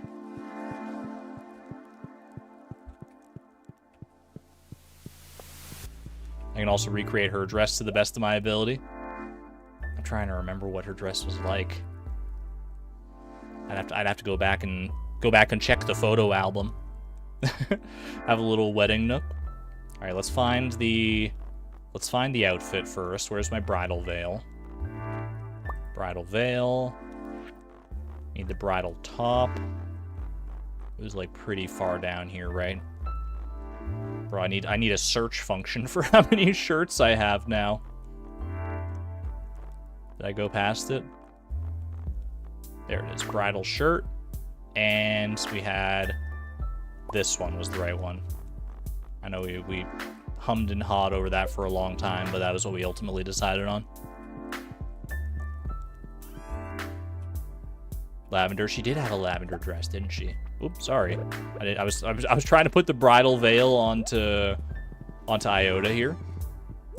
Not what I intended. Any specific reason all my characters are girls? Girls are cute. And I like them. And that's about the only reason. I'm not opposed to guys either. It's just, you know, I think girls are cuter than guys on the whole, and that's my reason, and I'm sticking to it. Female mannequin, 12,000 is no slouch for sure. We'll buy a second one just to have it ready to decorate. Can't forget Flip too. Yeah, we have our fair share of fun. Like, Flip is definitely still part of the canon. There's room for love for guys and girls around here. Have a good one there, Ember Firebender. Thanks for hanging out. Personally, you also like guys, but being a gal feels more dope for you. I mean, my whole life experience has been as a man, as a male presenting person. So in video games, I kind of like to, you know, branch out and explore that other side of myself. That's like, you know, let's play as a girl. It's fun. And I've found that over the years that I quite enjoy it. I quite enjoy playing as girls in games. And I'm not gonna be ashamed of it. Look at that. That's so cute. We gotta find out what Maru's outfit was, and that'd be so perfect. Wait, can we rotate this? Oh gosh. I didn't. You can do quick swaps. Wait, I didn't know you could do that with mannequins. You can just like swap the outfit off. I actually had no idea that's how that worked. That's so handy. We can just have outfits on the go. That makes me even more inclined to want to like make a room with like a bunch of mannequins that we can just swap outfits around with. It's like our own little closet, just like Animal Crossing. That's so cute. That's so cute. Naked mannequin plus right click rotates it. Okay, so it has to be a naked mannequin. How do I remove the clothes from the mannequin? Okay, that's how. All right. Because we could do something like this, where we like make them face each other.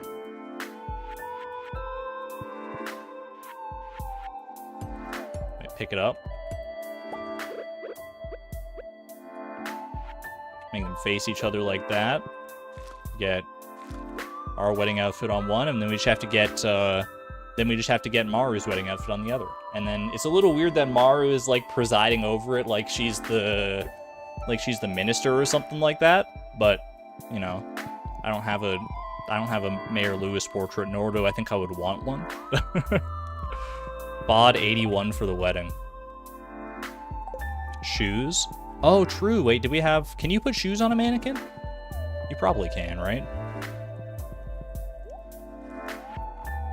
Shoes, crystal shoes. You won't be able to see them, but they will be there. There you go. Fantastic. You have a picture in the stream discussion of Maru's dress. Let me go check that. Stream discussion. It was a nice, it was like a nice little lavender dress, a long dress just like ours, with like a lavender bow on the side. I don't know if we can do much about the bow situation, but the lavender dress, we could probably make something work with that. I think like we would take like this dress here. This actually might already be like the right shade. Let me check the picture again. It's pretty similar. It's pretty similar to this. Long dress is too long. I'm looking at the picture in stream discussion. Her dress went to the floor. It was as long as mine was.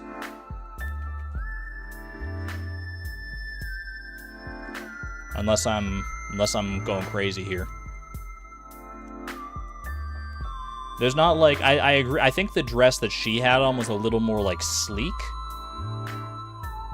But let's see. Do we have a shirt?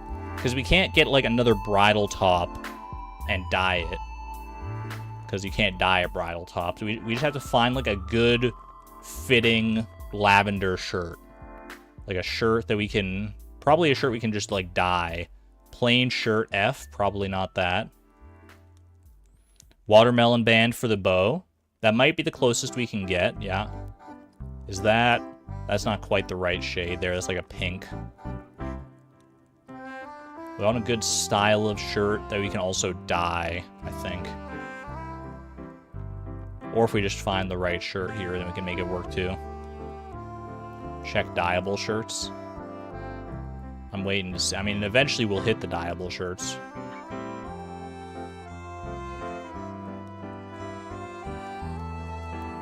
'80s shirt. Button-down shirt.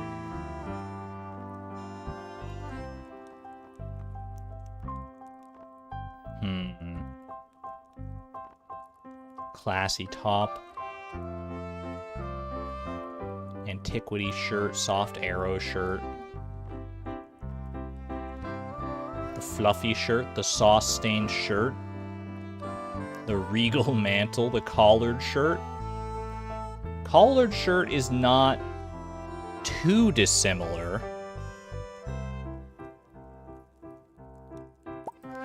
Might be the closest that we have right now.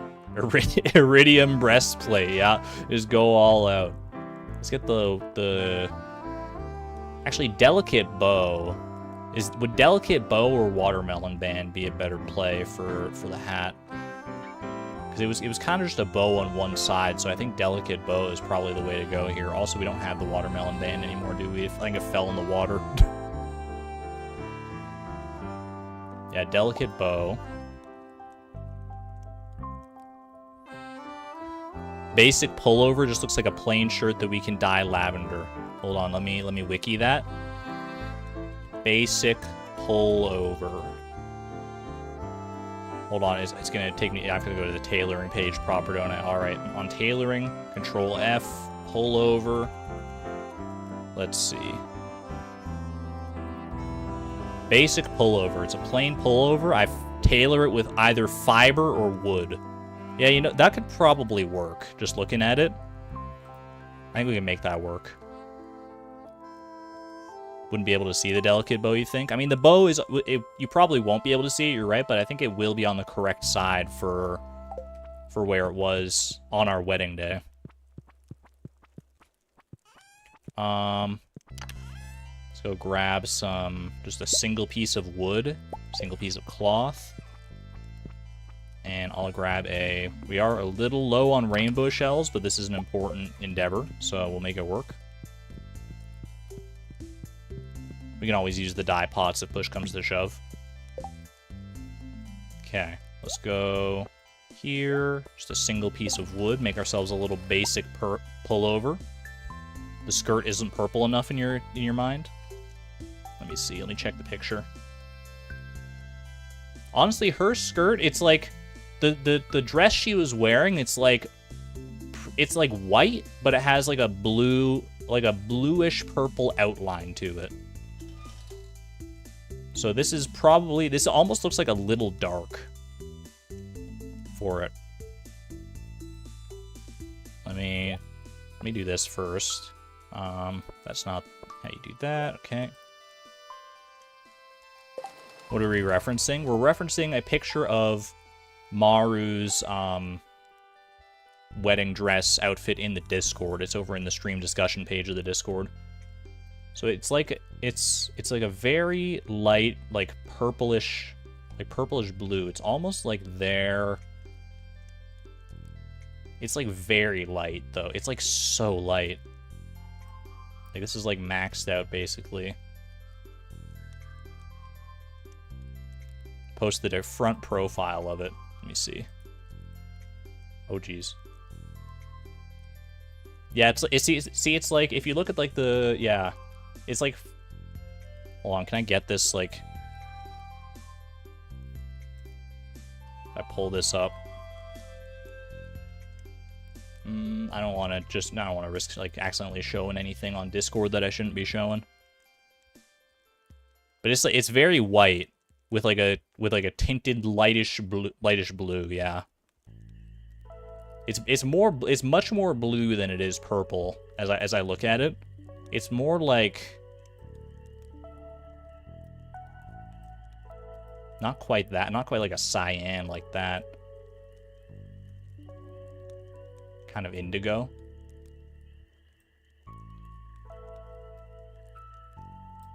This might be the closest it gets. We're not going to get perfect no matter what, but like this is, I don't know, this almost looks like too gray though. But, like, the problem is I can't, like, dye, like, the sides of it to make it look like how I want it to look. But this might be... like, right there. Right there, I feel is, like, kind of the closest we're gonna get.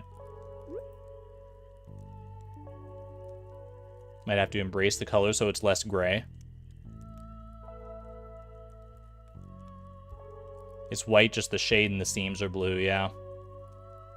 I don't know if we're gonna get there no matter what we do. But if we go like a full color, it's not gonna it's not gonna look right at all. I'm not gonna stress about it too much. Let's go with like 25-ish. I'm gonna go grab another rainbow shell. Yeah, her dress is... I wish we had access to, like, the actual dress to make this work properly, but, you know... at least, we've got the spirit of it. We've got the spirit of it. Okay. And for the long dress... we want to get the same color, basically. So we want to go max that out, and then it was, like, 57 and 25. I can get behind that. Okay. And then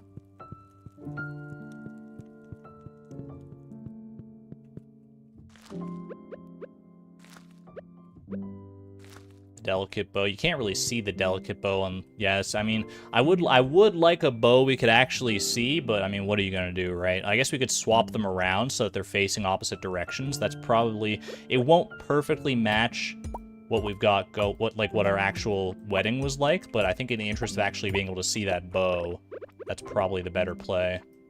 Actually, I didn't need to take the mannequins themselves down. All right, rotate. Oh, gosh. Oh, no. Beatrix, that's indecent. You can't be doing that.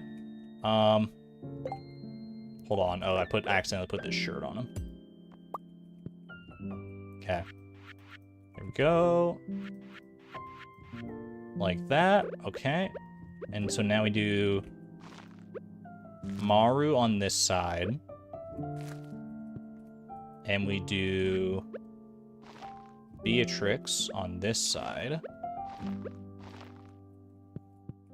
I love it. This is fantastic. The dress, is the dress perfect? No. Is it, but does it get the point across? Does it tell a story? I think it does. I think it tells a nice little story there. I'm here for that. Get some hearts in chat.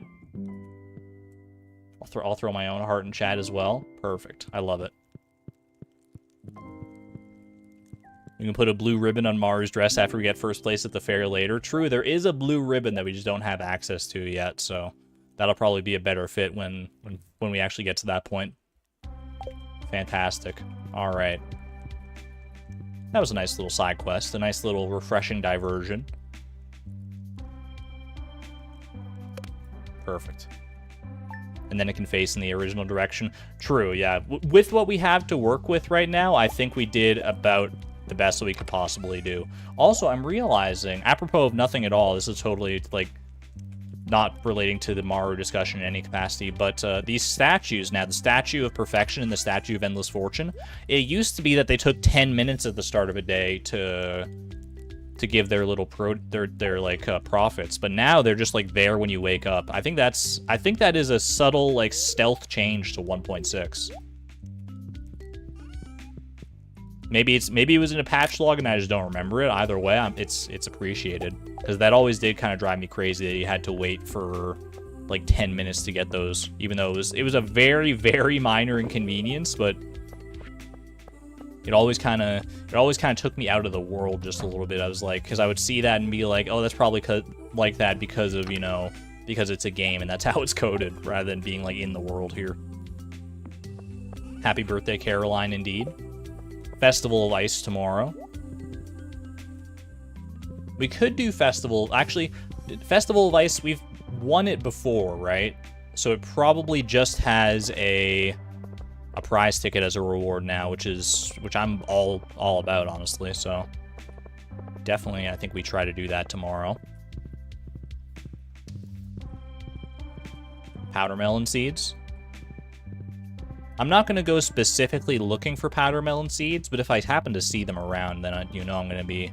I mean, I guess maybe I should stockpile powder melon seeds until I can get enough for a giant powder melon possibility.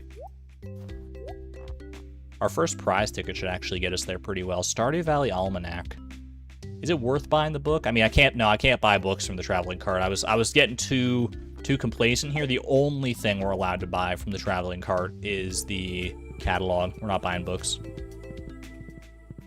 That's from the bookseller only.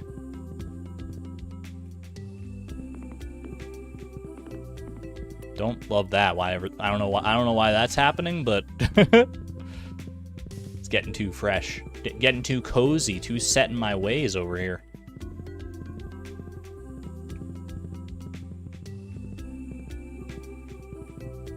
You know, one thing we could actually also toy around with, I don't know if we want to at all, but we are allowed to move the farmhouse now, like to a different location on the farm. I don't know if we want to mess around with that at all. Maybe that's, I don't know, that feels like it would be a big project to decide to move the farmhouse somewhere else and like rebuild the entire farm around that centralized location. So maybe we don't mess with it just yet. There were some powder melon seeds at the bus stop. I'll go have a quick look. It might have reset with the with the forge at the end of the week, but we'll check it just to be on the safe side here. Powder melon seeds. Oh, I see them. Yeah, good eye. Perfect. 3 little powder melon seeds and a dream. What kind of weapon is that? This is the homie sword. Homie's sword, sold by the amazing, beautiful homie over in the mines, also known as the dwarf. But only if the first thing you've done in the entire game is befriend the homie and get them to 10 hearts. That's the only way you can unlock it and have them sell it for you. You also have to install a mod, but but that's really secondary to the experience. Okay. We are good to go to sleep.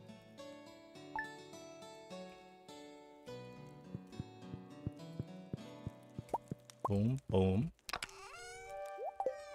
New quests dropped today, so we're going to go ahead and hope and pray for a little cave patrol. You thought it was vanilla. The vast majority of our randomizer experience is vanilla, but we have a few little, like, mod-related touches, mostly for quality of life and for just fun stuff like this. It has the exact same stats as, like, the dwarf sword that you can get in the volcano anyway, so it's not that big of a deal for us to have it. I'm gonna go ahead and pop the powder melon seeds in there for right now. We'll start building up a supply. How long do they take to grow, does it say? It takes 7 days to grow, okay, so we can wait a little while to plant them. I want to give enough breathing room for them to hopefully turn into giant powder melon, but we need at least 9 seeds before we can even worry about that anyway. Let's go and check for our quest.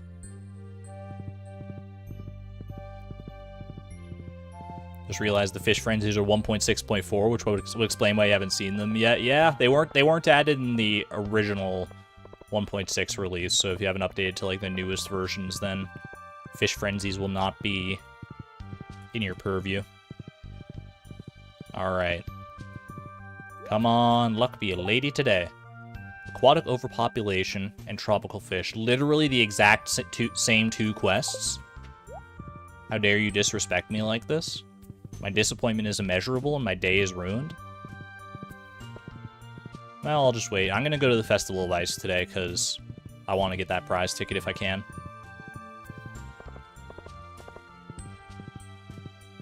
So we'll go ahead and pass some time with a little bit of rummaging. If I accept one, it won't spawn next week, right? Unless the mechanic for that has been changed in 1.6. I think if I accept one, if the time period for it rolled over into next week, so I like still had the quest active, then it wouldn't be able to spawn. I'll take one just to try it out, I guess. We're not gonna be able to do it, but someone tell him to stop hogging the board. You're telling me. Yeah, if the time like rolls over, so that because some of the special order quests are available for like 14 days or 28 days or what have you. So if we roll one of those and we take it, then that's definitely the play. Is this new too? This is a new song. Look, I'm not gonna lie. Every single new song that I added between streams is from the Diddy Kong Racing soundtrack. I didn't add too many from that. I didn't want it to saturate the playlist, but they've got such like a nice, happy vibe to them. How can you not just like fall in love when you hear these songs, man? This is... Would you believe me if I told you that this is the character selects song from Diddy Kong Racing? What right does a character select soundtrack have going this hard, dude? It's so good. I need my fishing pole. They'll supply me one, surely, right? The raccoon is scared. He's hiding from the influx of people here. So good, I love it. Get to see everyone's like winter clothes here, and all in one centralized location too. We got both Andromeda and Orion are out here. Oh, they have become one. Our 2 children have merged into one. How you doing, kids? Not very creative when it comes to snowmen. Hey, you know, sometimes the traditional snowman is just the right way to go about it. Look at this little family bonding exercise here. Ignore the superposition.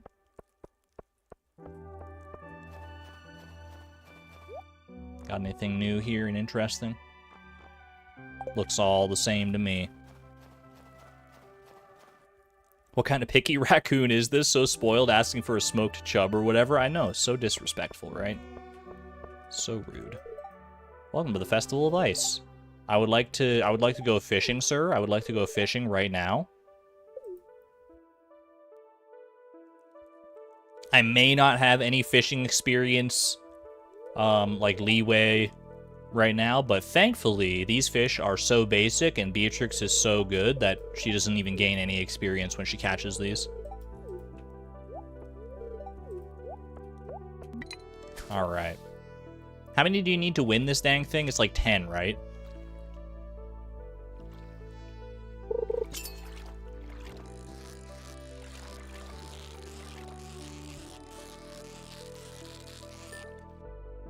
It's like 6. Wait, no, it's definitely not 10. 10 would be crazy. I think it's like 5 or 6, yeah. I don't know why I said 10. Excuse me. I don't think I've ever... What the heck is this? Is this a ling cod? Is Mayor Lewis pranking me right now? Did he put ling cod in this frozen lake? What is that about? Oh, no. Wait, maybe this is going to be harder than I thought. Okay, that's more like it. More like that, please. I have a traumatic experience with ling cod in the past. Red mullet. What the heck? They added new fish to my Festival of Ice? Okay. Catching a red mullet in the forest it's such a cursed feeling. Because, like, even with magic bait, that's not normally possible. It just feels so wrong, dude.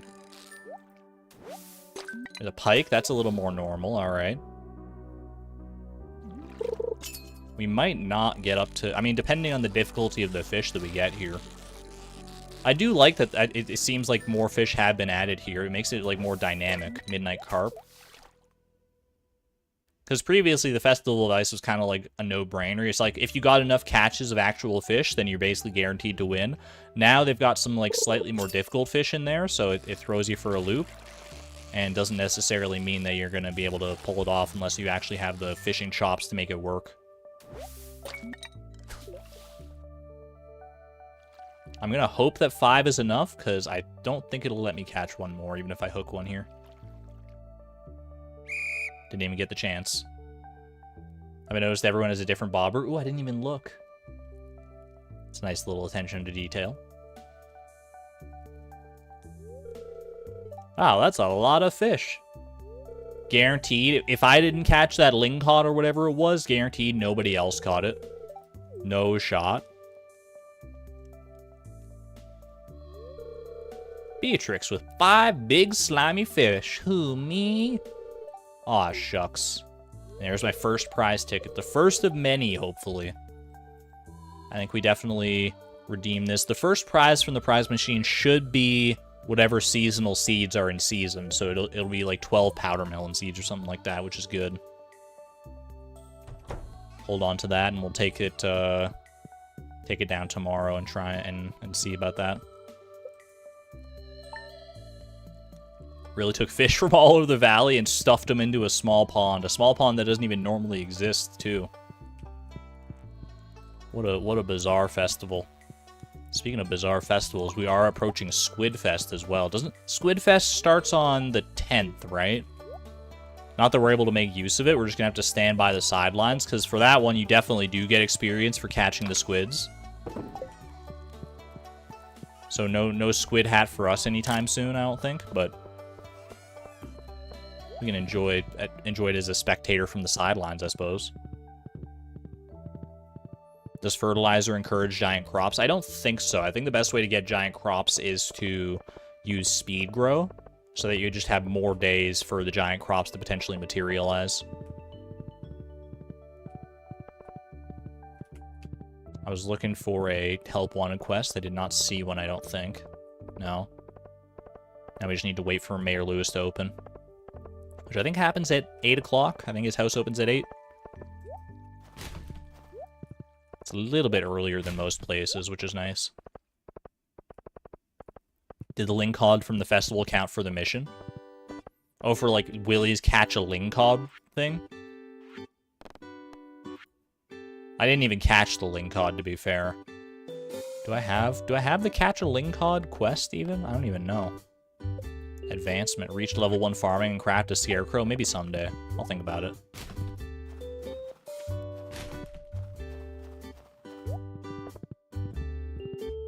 I'll have to give Willie a lingcod for that.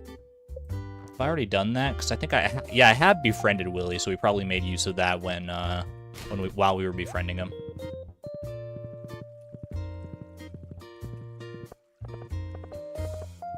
Yeah, we did befriend Willie. It's hard to keep track of just how many friends I have. See, my problem is I'm just so gosh darn lovable and popular that, like, I can't keep track of how many friends I have. I just, you know, I've made so many friends over the years. It's just, like, it's such a hassle to keep track of it. 8:30 a.m., fair enough. At least Beatrix is that popular. She's the social butterfly we all yearn to be. Well, maybe not yearn to be. I'm pretty comfortable with my limited circle of friends myself. Introvert all day, every day. Hello there, Beatrix. I was just loading some more prizes into this machine here. Prizes, you say? I just got this fancy new ticket here. It's a new program I've come up with to help promote the spirit of goodwill among the townsfolk. It may have taken him 30 years to get to this point, but at least he's starting to come up with ideas now. It's pretty simple. Sometimes when you help out others in town, you'll receive a prize ticket. You can turn them in for rewards. There's some special stuff in there. Give me that cow decal, baby. My only worry is that people will just go after the tickets rather than cultivating true compassion for their fellow man. Yeah, I'm just in it for the prizes. I'm not gonna mince words with you here. I see! Well, that's not what I hoped to hear, but I appreciate the honesty. Yeah, you know, give it to him straight. He deserves to hear the truth. At any rate, keep checking the help wanted board in town. I mean, at the end of the day, you know, people are gonna get the items they want, so what's the big deal if I'm just here for the prizes, right? Speaking of, give me my first 12 powder melon seeds here. Thank you very much. Museum Grack Reads, thank you for the 99-cent super sticker, by the way. Looking like a diamond in the rough. Thank you, thank you. Looking like a diamond in the rough. Wish you were as popular as her. You're definitely quality over quantity, though. Absolutely. Nothing wrong with that. All right, we've got 12, so this will be 15 powder melons with the 3 we got the other day. So we can go ahead and plant those and hope for some giant powder melon goodness to come our way.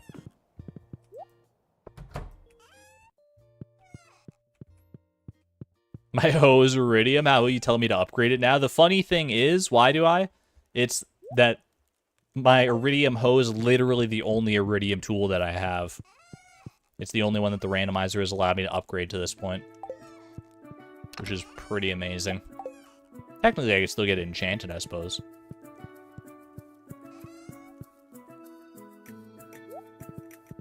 I don't even know what enchantment I would want on the iridium hoe. We don't need, like, archaeologists. We already donated everything to the museum. I guess, like, generous, maybe? I don't know. Alright. Where do we want to try for our giant powder melon? I feel like up here would be a good spot to try and make it work.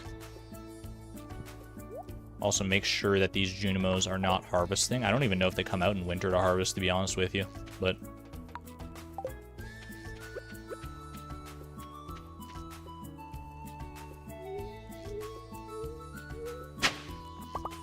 good stuff, good stuff. I'm gonna go ahead and plop these down all right here.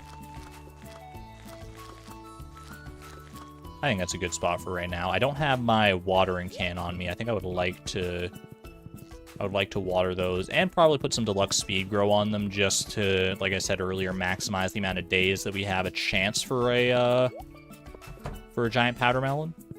They'll hibernate for the winter. They've never had the opportunity to actually harvest anything during the winter so far. This will be a new experience for them if they decide to try. Do I have any deluxe speed grow handy already? I don't believe I do.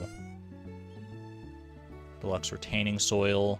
I have regular speed grow. You know, we'll use up some of the regular speed grow. That's fine. Don't need to be too fancy with it here. I also need my watering can. Yeah, I feel like the Junimos are not gonna... Are you guys playing tag? Yo, they're playing together. You see that? Orion's zooming on past. Or Andromeda had to take a little break, but that's fine. Orion's had a little more time to get used to his legs. Wait, I have an Iridium watering can. I forgot about that too. I guess I do have multiple Iridium tools. It's just the watering can sees so little use compared to the other tools. No running around the house.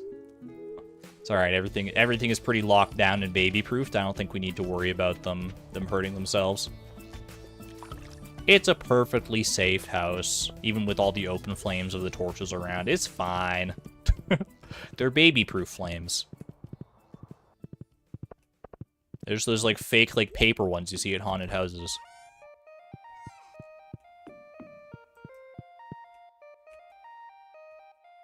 I didn't even put down my speed grow. What am I doing, dude? I was like, wait, I still have 35 speed grow. I got too distracted. They'll learn. And the quickest way to teach them is through, you know, experience. The floor faces are watching over all the kids. Imagine that you're a child, like a very young child, and your house is full of, like, things on the floor that look like giant faces staring at you all the time. Do you think you would have grown up for better or for worse in a house like that? I think you'd just get used to them eventually. Maybe it'd be like, you know, it would probably be a little spooky when you're younger, but then as you grow older, it's just like, that's just the way of the world, and you just be like, you'd probably give like names to all the faces, be like, how's it going, Greg? And all that good stuff. I think I was definitely the type of kid who would make friends with this face in the kitchen or something like that. Okay. Lock it in. You think you wouldn't mind the face except for the one with the bone mills sticking out of its eyes? You know what? Point taken. Point taken. That's valid. One day Greg replies, "Feed me." What's that one, like, really upsetting, like, it's like a children's movie that's, like, pretty standard up to a point, but then it, like, it takes, like, a full 180-degree turn and becomes, like, the spookiest, scariest animated movie you've ever seen in your life. There are a few animated movies that have, like, very scary scenes, and that's kind of what these faces make me think of a little bit, where it's like, you'll just be, like, sitting there enjoying, you know, Beauty and the Beast 2, having a grand old time, and then all of a sudden that big piano forte comes on screen, and you're like, ah, I found this in my scrap pile. Think you could find a good use for it? I think, yeah, we can probably find a good use for that in a rainy day. Hunchback of Notre Dame. No, I think the one I'm thinking of, it's like become infamous in recent years, it's called like The Adventures of Tom Sawyer or something. It's kind of like got like a claymation animation style almost. And I've never seen it myself, but I've seen clips of it where all of a sudden they just like open a door and there's like a dude there that's like made of like paper or something, and his face is one of those theater masks that's like the frowning theater mask, and they're like, what? And they open the kids, like, they open the door, they see this guy, and they're like, oh, what are you? And the dude says in like this weird raspy voice, he's like, I am an angel. And they're like, what's your name? And he says, Satan. And I'm like, they really made an animated children's movie with an angel named Satan? like what happened, dude? How did this get past testing? I'm not making this up. You can look up these clips, by the way. The Adventures of Mark Twain. I think that's the right one, yeah. We also can't complete that quest, unfortunately. And I think it just becomes like a total fever dream from that point onward, from like the clips I remember seeing. Yeah, I mean, definitely, what the heck? Did you see that acorn just fly across the screen? Holy moly, that squirrel was zooming to have it, like, flown, like, across the fence and all the way down there. Caught that out of the corner of my eye. That's wild. Normally, they just fall right to the base of the tree, but that one went the distance.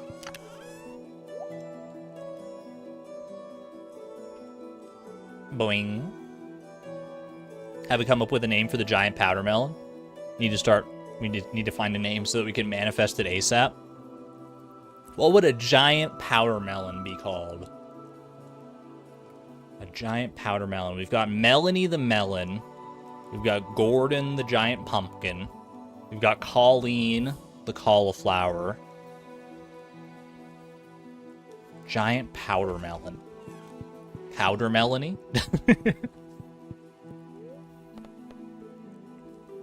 Peter the powder melon. Powder. Pouty. Pedro. Pedro powder melon. I kind of like the sound of that, honestly.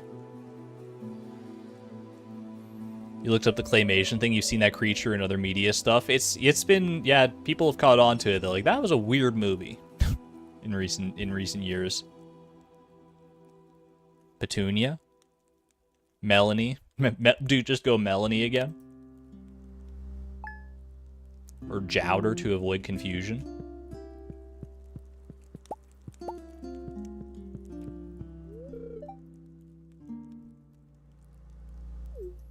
Part of me wants to give it a name that just, like, doesn't fit at all. Just to, like, you know, break the mold a little bit. It's kind of like the Pac-Man ghosts, you know? Where it's like, you've got Inky, Blinky, Pinky, and Clyde. You got Melanie, Gordon, Colleen, and then, like, Joe. I don't know, man. Could just call it Clyde, I guess. I'm Joe the powder melon. Fred. Just name it Clyde. Paul. Justin. Paul the powder melon. I don't know if we go with a P name even. I feel like it might be even funnier to just, like, go, like, you know, not have any alliteration or anything on our side. Kevin. Bubble.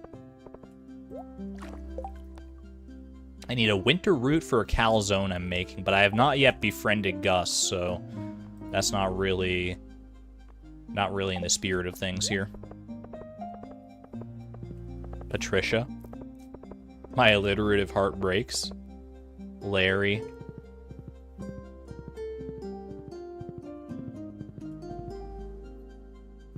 John Powdermelon. John might just be, I mean, it's such a basic name. That might be the perfect fit, honestly. John Powdermelon. Hello, I'm John Powdermelon. Is your insurance company working for you? At this point, just name it Gumpy.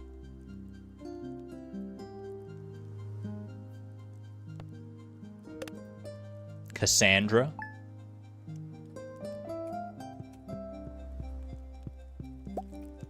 I don't know.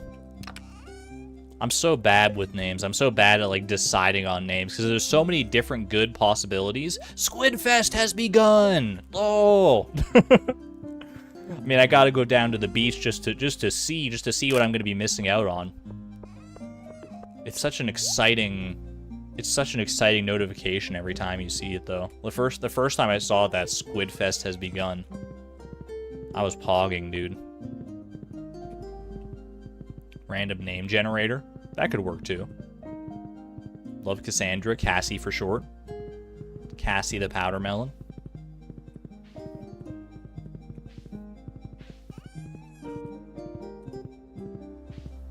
I think I'm going to go with Bartholomew. I'm going to go with Bartholomew Powdermelon. And don't you dare call him Bart. He gets very ornery. He shakes all his powder off. The retro catalog. I don't think we have that one yet, do we? We have what? The Wizard catalog and the Junimo catalog, or not the Junimo catalog. We have Wizard and Joja. Strong name. Barthol. Just so out of left field.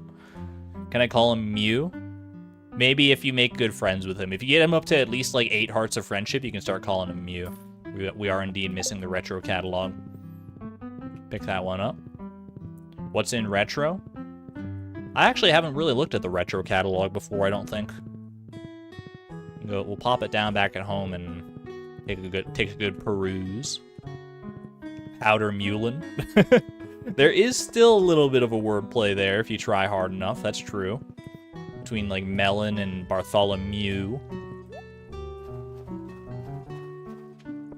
You have a plant named Bartholomew? It's such a good name.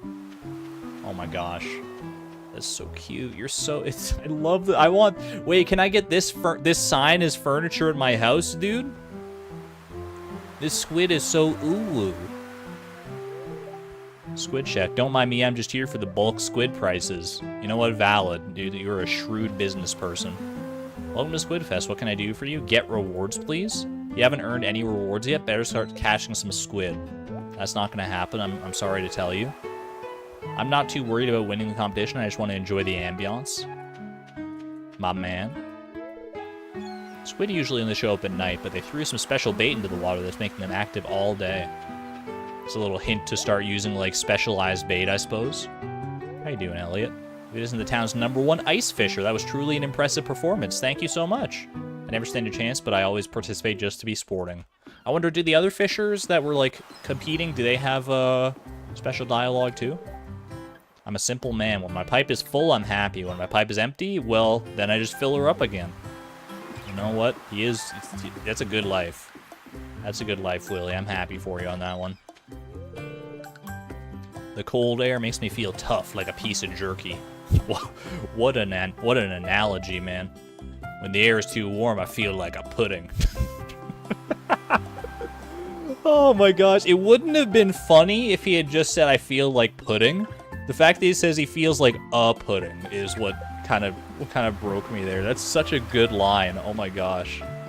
Bro feels like a pudding. The fishing sisters are back. You're a local, huh? Hope you don't mind I pinch a few of your fine squid, ... I mean, when you say it so ominously like that, I kind of do mind, actually. My fingers are frozen solid, so I'm just gonna enjoy a hot cup of cider over here. Good luck out there. Thank you, but I'm also not fishing. Too much experience for me. We're the famous fishing sisters. We've been fishing squids since we were kids. Nah, nah, nah. You don't have to be, like, rude about it, though. Look, I trust that you're famous fishing sisters for a reason. You don't have to be all hoity-toity. It's cold. Maybe I'm not cut out for winter ocean fishing. I'm more of a Carp Fest kind of guy. Wait, is Carp Fest real? I know there's Squid Fest, there's Trout Derby. I have yet to encounter Carp Fest. Oh, I would love for that to be. I know it's not a thing. I do know it's not, but dude, why is MatPat out here fishing? I don't want to scare the squid. I came over here to get away from the crowd. Squid can be shy. You can fish here if you want, though. Just try to be quiet. It's alright. I'm just gonna, like, watch you fish. How about that weather, huh? Anyway. Carp Fest is where the 5 new carp types appear. Oh, no. Yeah, we're pretty much just waiting on Cave Patrol right now. We're enjoying exploring a little bit of the 1.6 editions in the meantime and doing some side quests, but that is the main crux of our goal right now. Summer's weather is nicer, but there's something special about a rugged winter. And what would life be like without contrast? Man's going all philosopher mode on me. It's Trout Man! Well, squid are a bit different than trout, but I can catch them all the same. My favorite superhero, Trout Man. You better get to fishing if you want a shot at the prize. I'm good. Maybe next year. When I actually have, you know, fishing experience to spare. Come here, squiddy, squiddy. My wife sent me off with a thermos of hot coffee. What a gal! Get you a partner who gives you a thermos of hot coffee if you need it. MatPat Lamau. That dude looked like MatPat. You cannot convince me otherwise. They put MatPat in this game.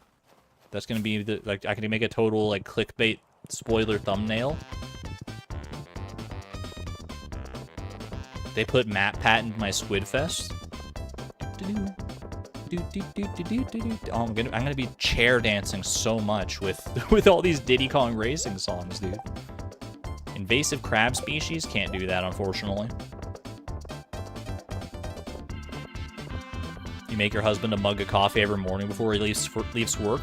Coastal of all that is mighty. I hope that your husband appreciates that, because that sounds incredible.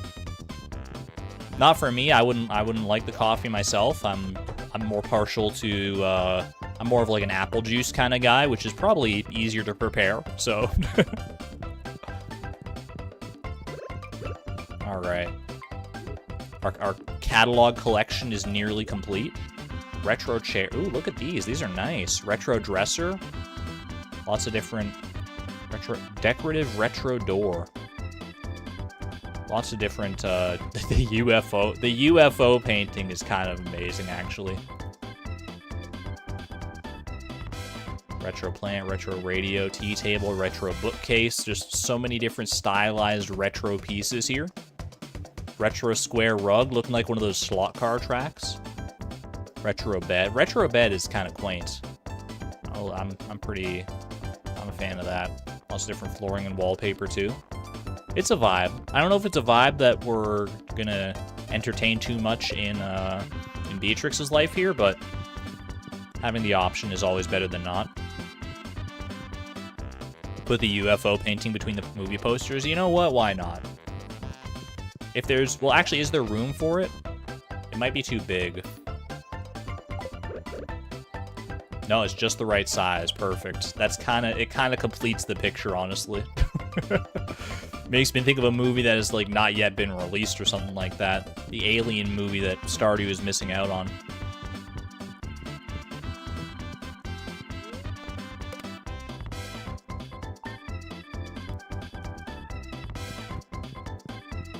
Need more in the wedding nook. I'm undecided on what more to put in the wedding nook right now, but we'll figure it out in due time. Maybe like some mementos of the times where we were trying to like woo Maru in the first place, like the kind of gifts that we were giving her, all that stuff. Like some of Beatrix's favorite stuff, some of Maru's favorite stuff. That would probably complete the look pretty well. Employer of the month picture. Do you mean the Morris portrait? Do you think the Morris portrait is indicative of the fact that we'll be able to marry Morris in 1.7? Oh, tub of flowers would be kind of nice, too, in the wedding nook, yeah. I got up early and fed all the animals. Thank you, honey. Filled Pie's water bowl. Appreciate that.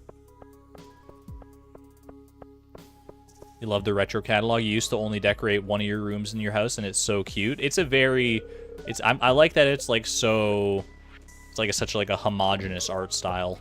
Or, like, furniture style, I suppose. It is very cute. Tub of flowers. I could buy another bouquet maybe and put it in there in the wedding nook. As you're still allowed to buy bouquets even after you're married. A little bit of weird energy, but if we use it for decoration, then that's a different story, right? I imagine the bouquet can be placed on a table. I can't see a reason you wouldn't be able to do that. If a table is good enough for a piece of coal, then it's good enough for a bouquet in my mind.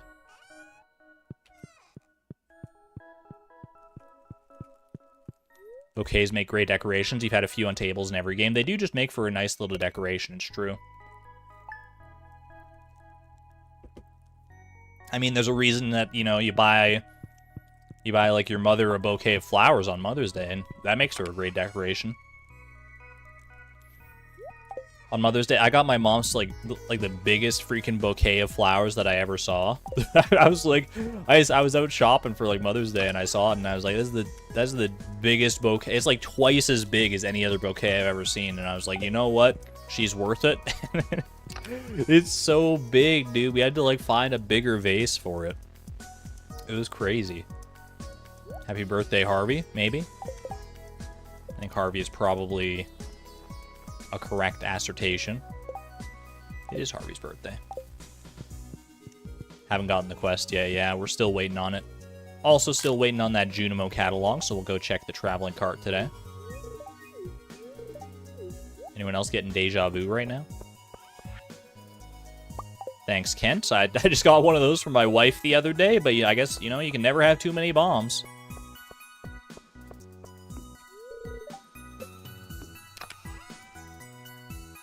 Yo, thank you, Lisa. I'm sorry to hear you didn't get any flowers, but hopefully you got treated to something nice on Mother's Day regardless. Gotta treat your moms right. Moms do, like, so much work in this world. You gotta... I mean, realistically, every day could be Mother's Day, and it still wouldn't be enough to pay back a lot of the work that they do, so... Kent sent a bomb in the mail. You know, it's just one of those quirky things that Kent does. We're good friends, him and I. It's like kind of like a funny inside joke, you know? He sent me another mail bomb. Great. Oh, that's Kent for you. All right, what do we got here? Another Mario portrait. No catalog to speak of. Catch you next time. I could wait. I could check the traveling merchant at the night market as well, but I don't know if I'm willing to wait every day until like 5 p.m. just for a shot at the Junimo catalog. I think we're gonna go ahead and not do that, just in the interest of saving some time. That said, I will still check the trash cans if I run by them. Never know when a free catalog will pop out of one of those. Chateau J, welcome on in. Welcome, welcome. Good to see you.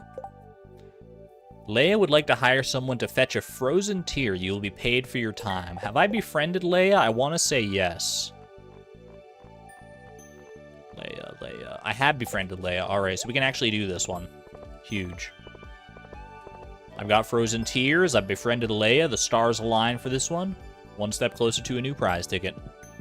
Nellybug, thank you for renewing your membership at the Electron level, by the way. Thank you, thank you. Greatly appreciate the generosity and support. I hope you enjoy your emojis. All right. Let me go pop a crystal tear out of here. A frozen tear, rather.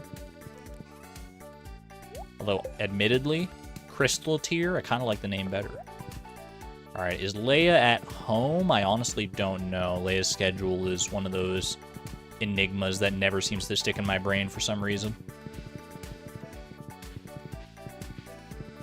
How many streams will this goal take? Literally getting stopped by RNG. That's the thing, you know.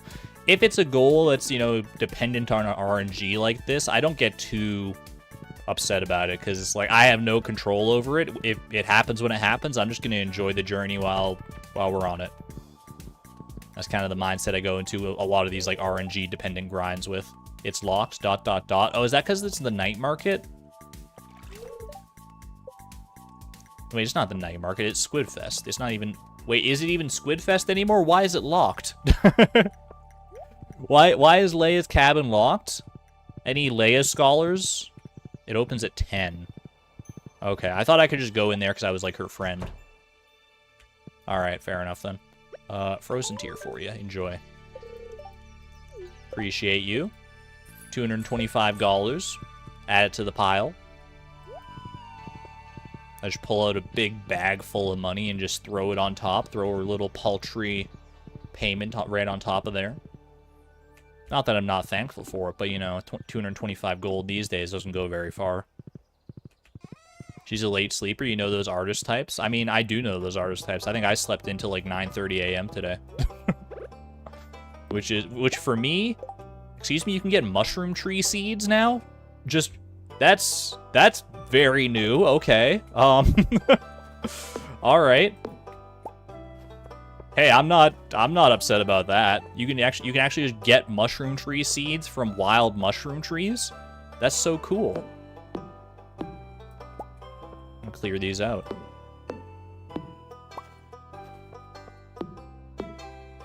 Free mushroom tree seeds for me. Powder melons are going along nicely. Bartholomew will be with us before we know it. 9:30 a.m. being late. Usually on like most days I wake up around like 8:30 a.m. It's just kind of the sleep schedule that I've fallen into. Although admittedly lately, since I've been like, you know, I've been dedicating some of my nights to like working on learning coding and other practices and kind of committing. I've been going to bed later and later, so my wake up time is becoming later and later as well. Artemis, welcome on in. Hello, hello. Where do I store red mushrooms these days? I feel like there's a spot for them in here somewhere. I don't remember fully why. I think it's because I was storing like my mushroom cave stuff in here before. Mushroom tree seeds can go right alongside all of our other tree seeds. Brain blast.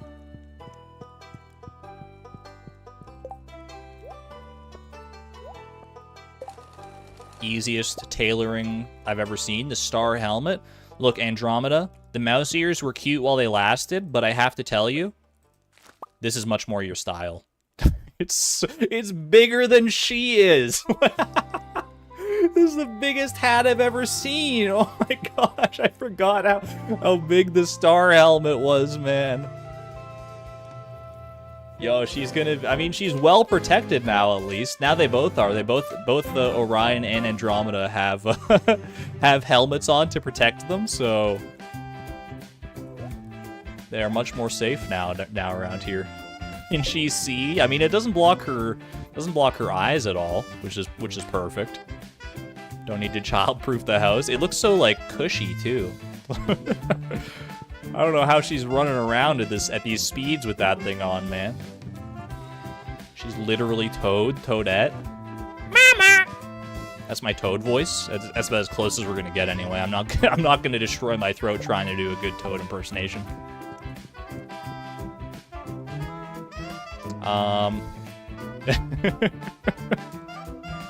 Oh jeez, that scared you? Was it too? It was kind of loud, wasn't it? A little loud Toad noise. Sorry for the jump scare, everybody.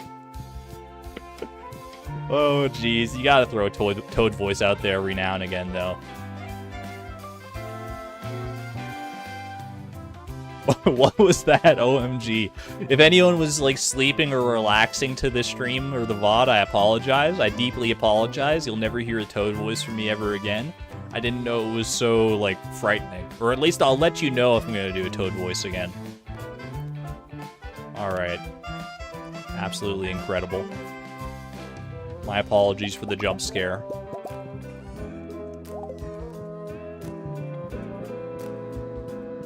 Imagine getting jump scared by Toad of all things. There's definitely creepypastas out there where Toad is the ultimate like scary monster. Toad, like, I was playing Super Mario 64, and when I went to go claim my star from Toad, instead of giving me my star, he told me that I had blood dripping from my eyes, and when I turned around, sure enough, Mario had blood dripping from his eyes. I turned around to talk to Toad again, bewildered by this sudden turn of events, and then he jumped at the screen, and out of the screen, and he killed my whole family, and that's, you know, that's how creepypastas kind of go. It was a different time, man. Allie, welcome on in. We're making a Toad-based creepypasta. And Heather J, thank you for becoming a member at the Electron level. Or renewing your membership. Thank you, thank you. Appreciate the generosity and the support. That's amazing. Little Mario creepypasta. Cave Patrol, let's go. All right, we're looking to slay 50 bats. Can I realistically slay 50 bats? Assuming it stays as bats, will it... I'll accept the quest. Hold on. This wouldn't be the first time this happened. Slay 50 bats. All right, so this is consistent, because previously it was like 50 grubs, and then it turned into 50 bats. Now it's just straight up 50 bats. Can I kill 50 bats in 7 days? I think that is highly doable. But I need to commit. I need to really commit and focus this down, because if I kill like 40 bats, then that's like a lot of wasted combat experience and all that stuff, so we really can't let it get away from us here. What's the best floor to farm bats on is the question. I feel like, you know, hold on, let's do a little, we don't have access to Monster Musk, I'm pretty sure.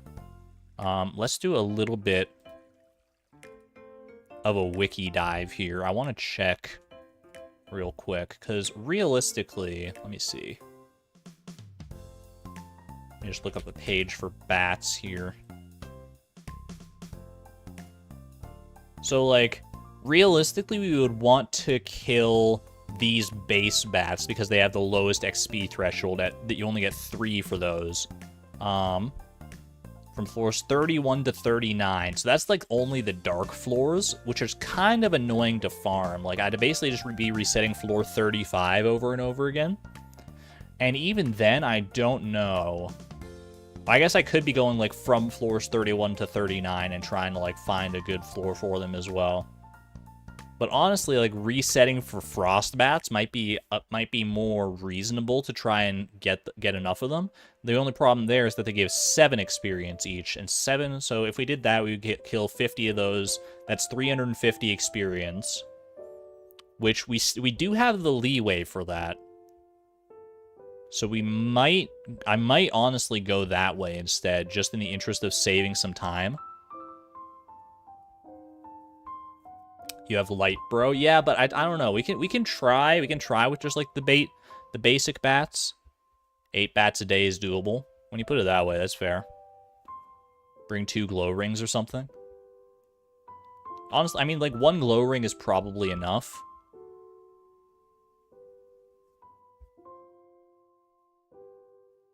We'll try it. I mean, we'll try doing a little floor 31 to 39 action. I think that's fine.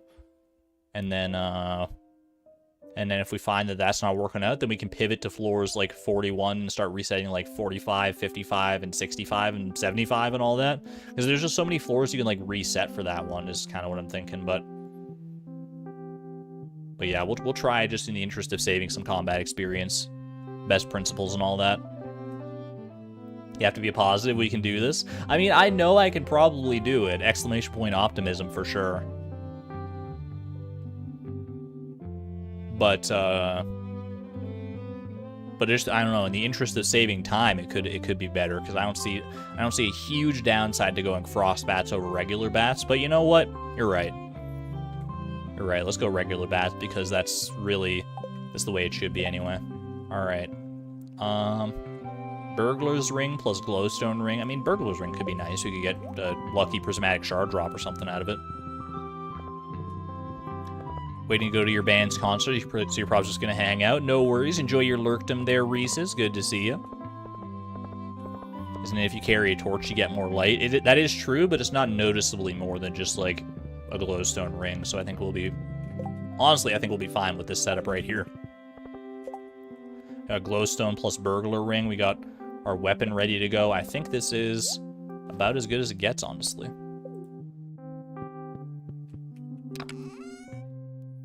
We could... Do I use staircases now? Do I use staircases and, like what's the best play here, do you think? Do we just reset floor 35 over and over again looking for bats? Or do we go, like, to floor 30 and try and like, rush through, like, floors 31 through 39, kill as many bats as we can in that time? And do it that way instead.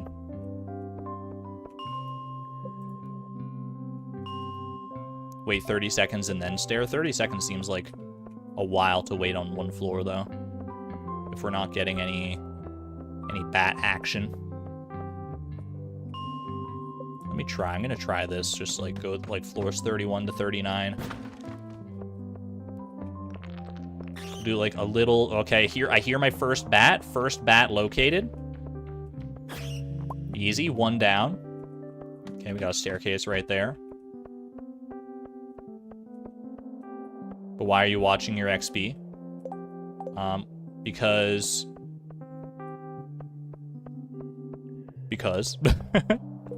because some goals will require like more XP than others, or it'll be easier if we have more XP to work with than others. So, and since every combat level is its own goal, we don't want to accidentally risk it. You know what I mean?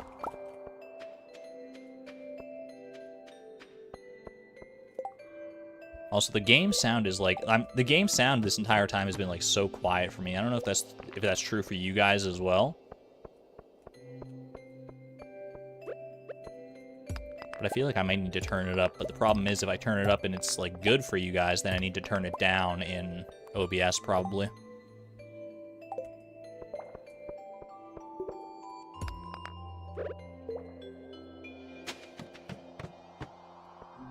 Yeah, I feel like going through the floors might be the play here. Oh, I hear a bat. I heard that one for sure. Where is he hiding? Come out. Where are you? Oh, I see. Oh gosh, I got jump scared by that bat. Just did 1 damage with my super high-powered weapon, by the way. You hate to see it.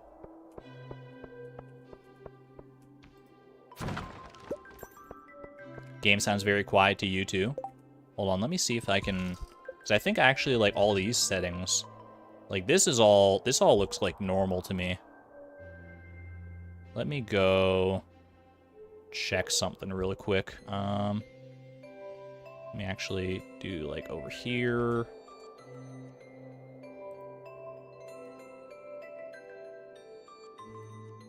My volume mixer. Stardew. Why is that so low? What if I put, like, here? I don't want to, like... Alright, possible jump scare warning. I don't know how loud the sounds are going to be in-game now. Once I start playing again. Sounds fine to you? It's very quiet on my end is the problem. This is maybe a little loud for me. I'm gonna just listen to the footsteps right now.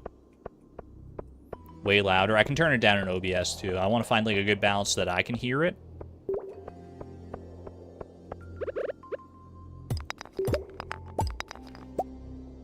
Like, how's this? Is it like drowning me out? Is it too loud for the music, or is this like a good balance? Because that's ultimately what it's about, is trying to find like a good balance instead of like a good static volume. For me, the game sounds like really good. I thought for a second it might have been too loud for me, but as I'm listening to it more, I think it's actually like perfect volume for me. Try the elevator. Get a little elevator ding test. Yeah, that sounds normal to me. That sounds like the volume that I normally play at.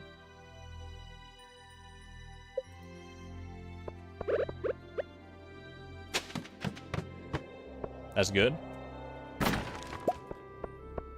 right, if it's good for you guys, I'm not seeing any any complaints or words to the contrary, so I think we just leave it there. Yo, there's my bat. I can hear those bats nice and crystal clear now. Perfect. Nice, nice. 3 bats. Wait, haunted skulls count as bats, don't they? How much experience do they give, though? I don't know if they count as bats for this quest, but I know internally the game tracks them as bats. I didn't even think about that. Hold on a second. Let me wiki this situation. Haunted skull. Haunted skull. Oh, it gives 15 experience. That's a lot of experience, man. Holy moly. I think I might still kill one just to see if they do count for this or not. I kind of just wanted, like, 15 experience. If I just do it for, like, 1 haunted skull, I think I can soak up that experience. I just got a dark sword from that kill. Alright, thanks, burglar ring. That did not count. Okay, good to know. I think it counts for, like, or at the very least, it used to count for bat monster eradication. That is no longer the case, I believe. Alright. Small magnet. We got a bunch of like weird stuff out of this. Let's just go ahead and store all the stuff we don't care about right now. Rip XP. We're thankfully at the point where it's like I shouldn't waste XP if I can avoid it. But if I do accidentally waste XP, it's not the end of the world most of the time. I think it's totally fine to just let that ride. Run dead. Run dead. Time to restart. New randomizer farm inbound. Alright, bat number 4. I hear it. Come to me, my pretty. There you are. Owned. Dude didn't know what he had coming.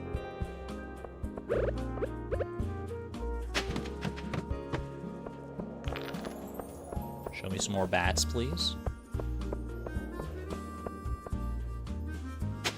8 bats a day keeps the doctor away. 8 bats a day keeps Clint happy. Happy is what I meant to say. If we don't hit 50 bats, you'll cry. We'll hit 50 bats, don't you worry about it. 50 bats is very doable. Especially with staircases at our disposal, we should be totally fine. Ooh, a little quartz out of that. Don't mind if I do.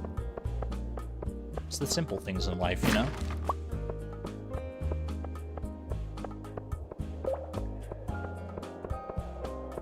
I'm listening. You know, a bat swarm, which is also a possibility, that would go kind of wet my whistle at this point. All right, we don't worry about haunted skull floors.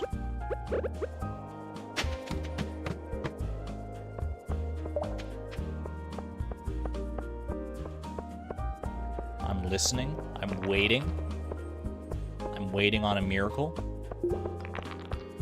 Bats can also spawn on the farm, and those do count for, like, quests and combat experience and stuff now. Monsters on the farm, so that is another distinct possible avenue for more bats. Not too likely, I don't think, but it is there. Not going to staircase out of here because floor 40 will not have bats. We just reset on floor 39. Go. We'll do another run.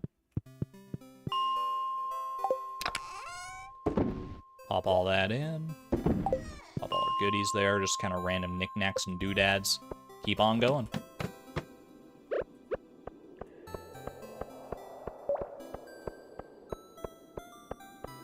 See, the thing about bats is that they always show up when you don't want them to show up. And then when you finally need them to show up, they're like, oh no,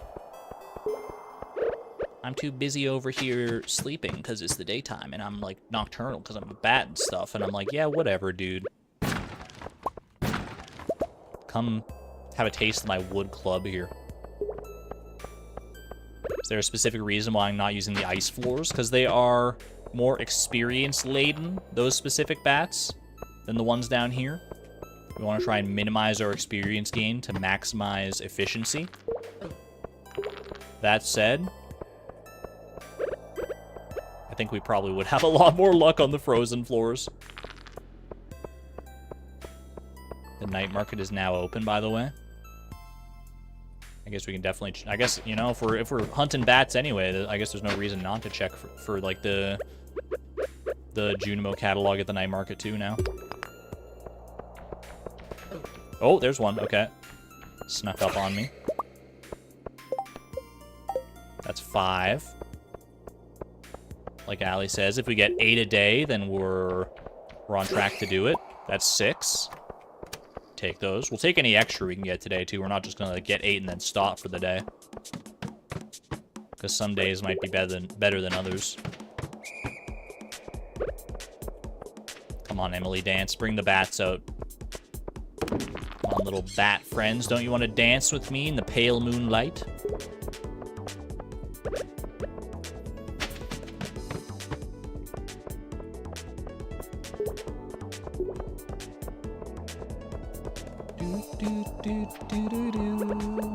Come and find some bats in the dark. I need to kill you. Oh. Wait, they've been lured out? They've been lured out by my song? Chat, am I a siren? This is not the first time I started singing and then, like, the game responded to my needs here. Maybe I'm a secret siren, I don't know. Alright, that's 2 more bats. Just let the swarm ride out, honestly.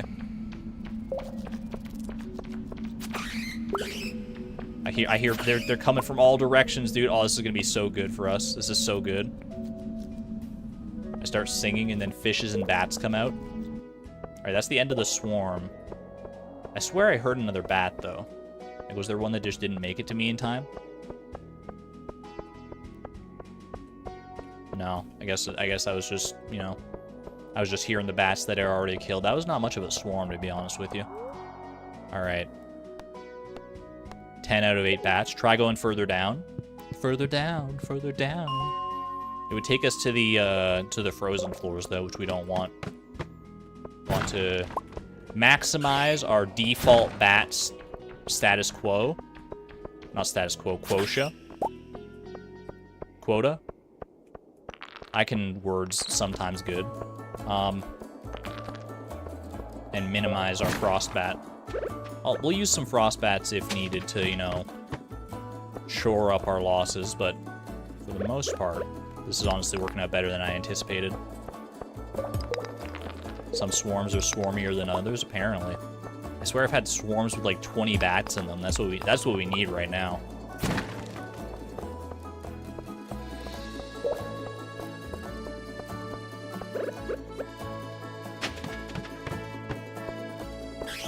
Oh, I hear you.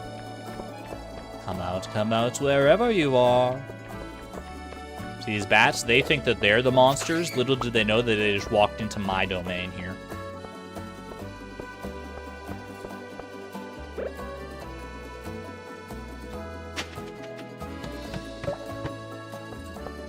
Gonna do night market.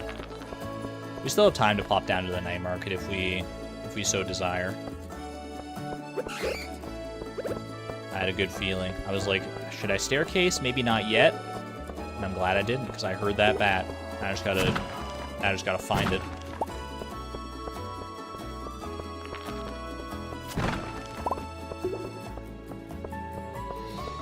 Don't gaslight me here. I know I heard a bat. There is a bat on this floor. You will not fool me. Or where'd my bat go? It's all golems as far as the eye can see. What the heck? That's so rude. I feel like floor 35, like, very rarely has bats, even, like, when I'm resetting or anything like that. I feel like I just don't come across them that often. Don't bat light us. I don't know what it means, but I kind of like it. Bat baited.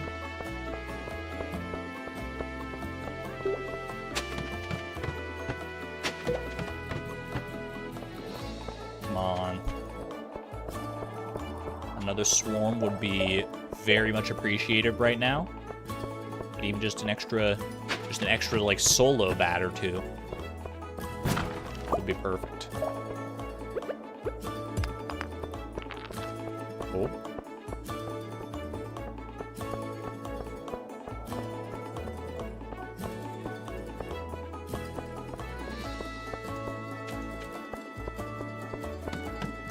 We might be batted out for the day. The bats are tired. They've gone to bed, even though it's night. They're nocturnal. They're supposed to be anyway. All right, I'm gonna head into town.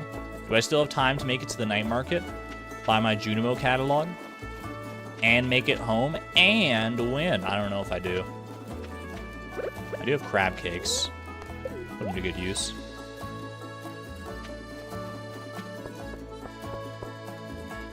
It ran away after hearing what I did. Honestly, smartest bat I've ever seen. Oh, I can just use this guy to warp home. I forgot about that.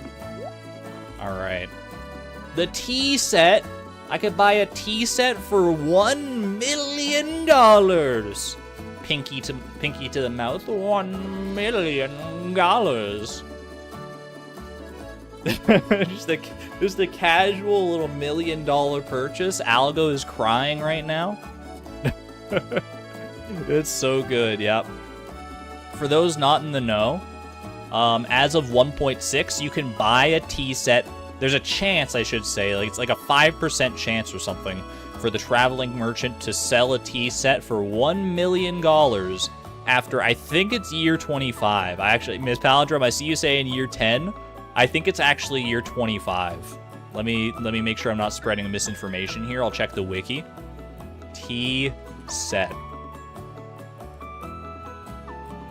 Maybe sold from year 25 onward. There's a 5% chance for a tea set to be sold at the traveling merchant. Thankfully, I already have my tea set from the actual Feast of the Winter Star, and I'm not inclined to get any more. Maybe if it was a little bit more affordable, like technically $1 million isn't even that bad for me, which is how you know that you're in a good spot, but still just not worth it, I don't think. we could build up our own supply of tea sets. See if we can beat Algo to 999 of them. Wouldn't that be funny? I'm not going to try and do him dirty like that, though.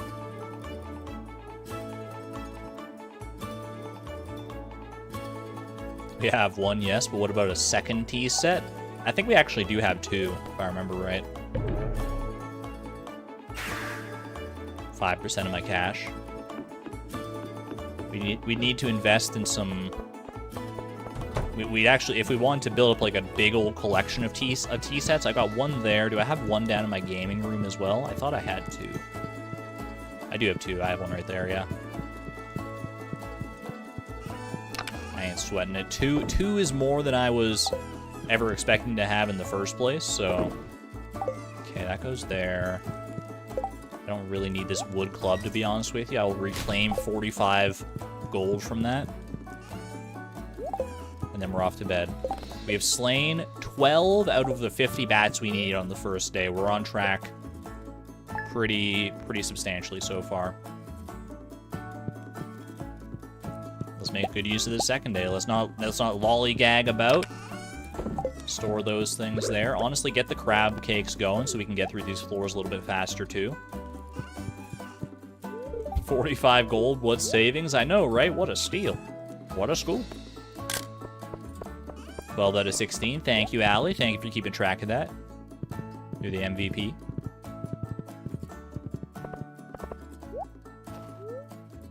All right.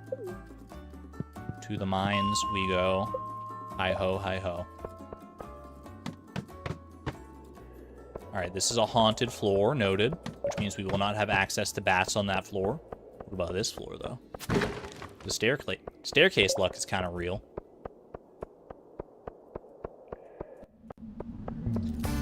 Oh, baby. It's the music, man. It's the music. Anytime there's a great, amazing musical change or a musical moment, the bats come out of hiding. Get some kazooms in chat. Kazoomies in chat. Here we go. Here we go. Killing some bats for fun. And for profit, too. It's for my goal.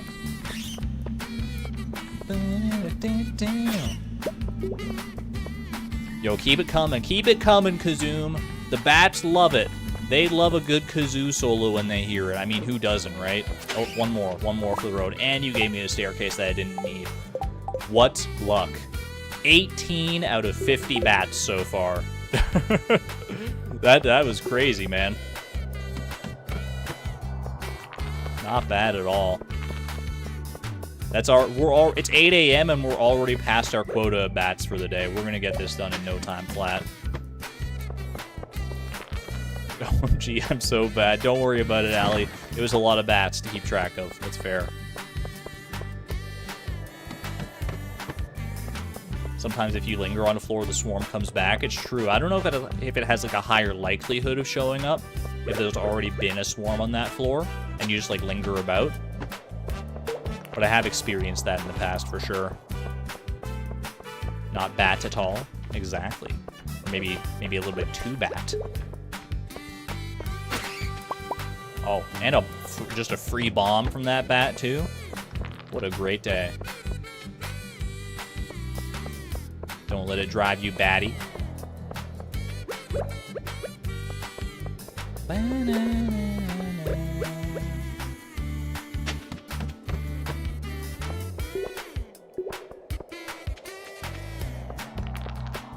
Can't believe Kazoom is such a rare breed of song. It's one of those songs that gets better every single time you hear it. Not many songs have that claim to fame. Most of them get stale the more you hear it. Every single time I hear Kazoom, I swear I'm dancing more and more in my chair. It's almost to the point where when I hear it on stream, I just start like vibing out because I'm like, I know everyone else is dancing to Kazoom anyway, so what more could I add by speaking over the song? Yo, bad.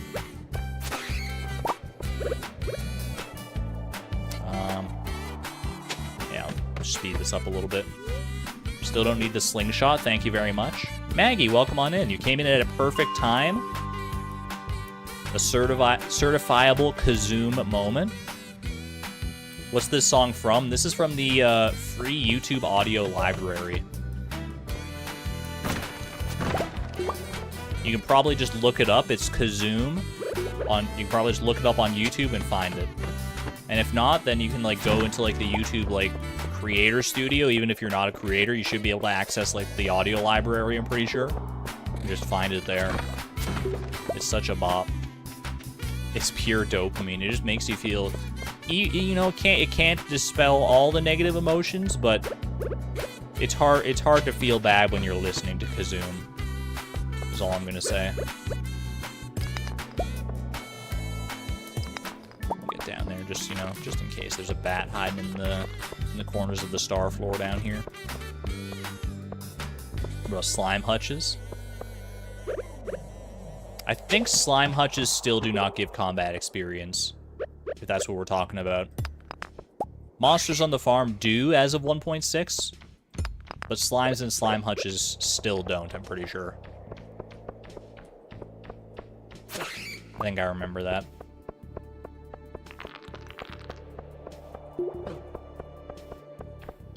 Oh, free bat for the road. It's always so exciting when you find a bat that, like, you didn't hear coming ahead of time. You're just wandering around and you just, like, accidentally, like, step into its domain.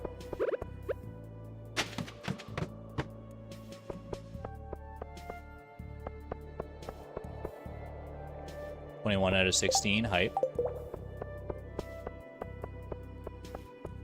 It's great. We're almost 50% done with our bat goal here. Kind of nuts.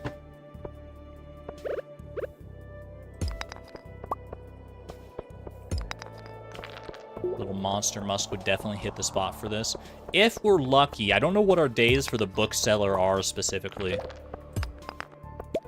But if they happen to line up with our quest here, then maybe we could trade one of the books we have for some Monster Musk. I know that trade exists, that you can get Monster Musk from the bookseller, but I don't know what it trades for. I would imagine it trades for, like, Combat Quarterly or something like that. I'd have to read it first. I thought he traded for, like one of the experience-based books. It's a specific book each time, so it's just like a different book each time. Don't think I'll get another bookseller day before the quest ends. You're probably right. Usually, like, the second bookseller day is kind of late in the season.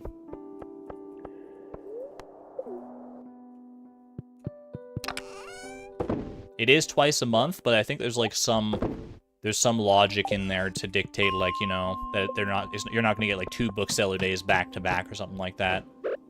I think they're usually separated by a certain amount of time.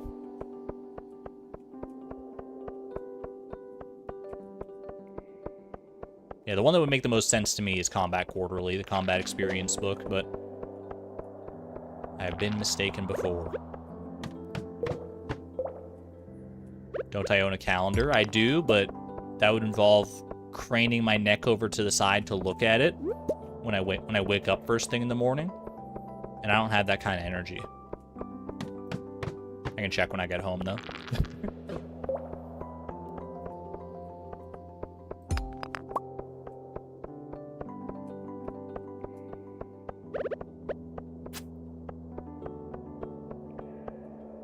Breaking news. We are currently experiencing a bat drought in Stardew Valley. Villagers claim they have not seen hide nor hair, nor wing, nor nose of a bat in approximately five hours. And it's beginning to become a mild concern. Oh, never mind. The bat drought has ended. We are saved. You love to see it.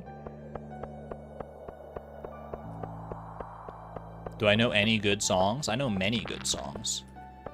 In fact, we're listening to them constantly on the stream playlist.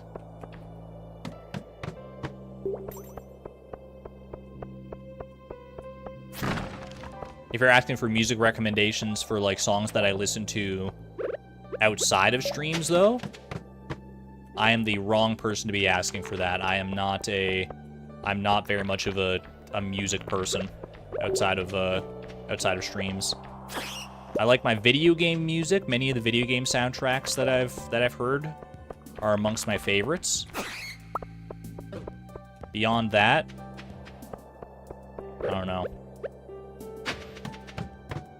Probably the closest I get to liking normal music is, I mean, it's gonna sound like I'm just like copying Jaden Animations, but I do like a little Hatsune Miku track from time to time.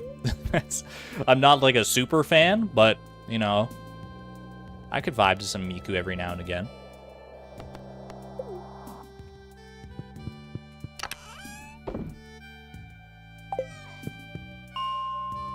Even then, though, it's very, very few and far between. The night market is open. Let me go ahead and head down there just so I can check it out before I forget about it. Take a little break from the mines here. We are currently at 25 out of 50 bats for those counting. For those keeping track at home. I think that Jaden Animations is not the only person who likes Hatsune Miku. That's very, very accurate. But I was just thinking because I think she made a video about it recently, about her experience with Hatsune Miku and not liking too much in the way of other music. The Red Fez. Do we make another exception for traveling cart purchases for the Red Fez? Because I don't think you can get this any other way, right? It would make sense if this is the only way to get it, because like the Red Fez, it's iconic for the pig. All hats.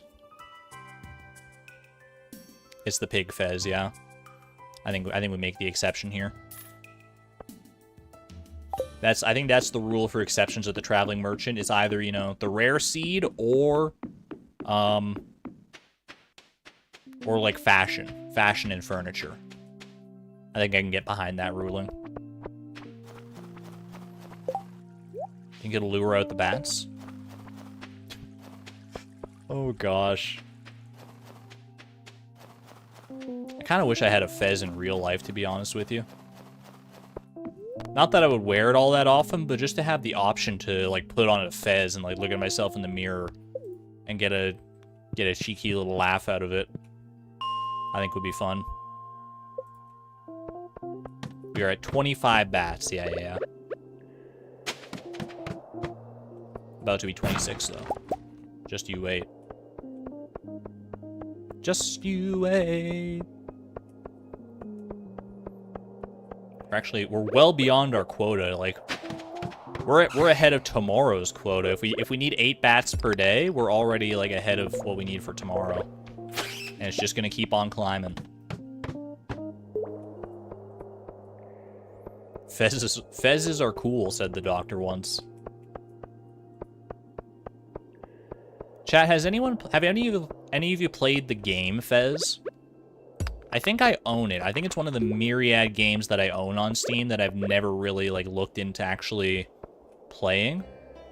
Is it any good? I mean, I think it was pretty critically acclaimed when it came out, but I honestly don't know that much about it. It's like a little like adventure puzzle style game, right? You've played Fez. It's mostly fun and sometimes extremely annoying. Honestly, sounds like the perfect balance of game for me.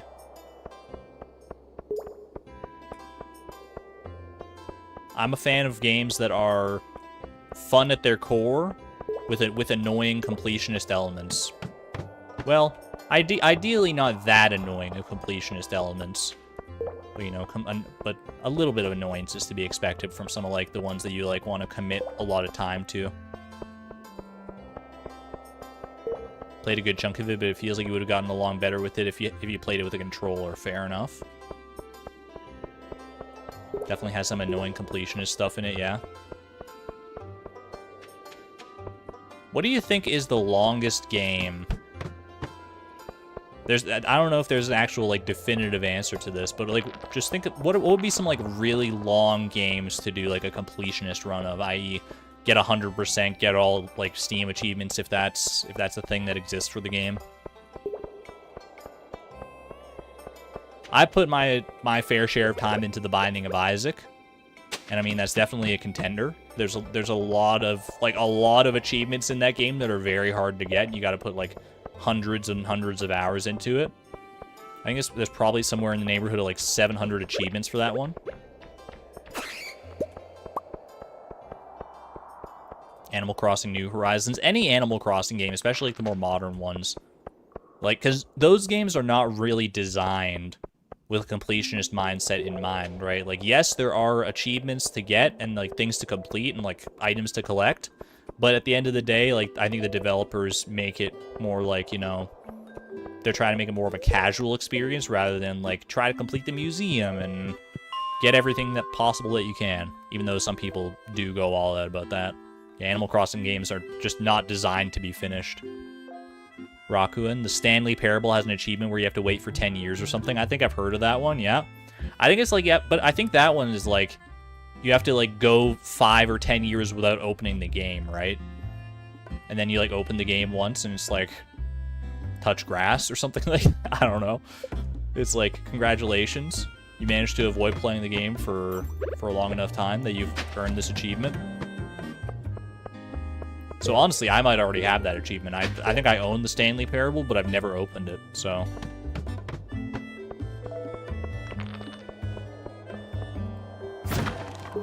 Isn't there also one in the Stanley Parable where it's just like, the developers just have to like unlock it for you?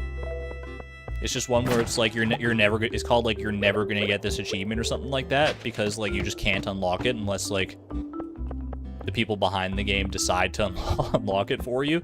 That's a step too far as achievements go in my mind.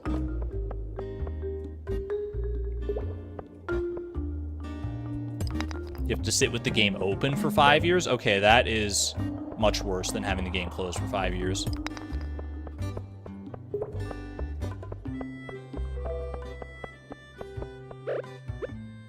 That is substantially harder to do. Your Stardew Valley cookbook just got here? Yo, hype. Image unknown. What are you gonna cook first?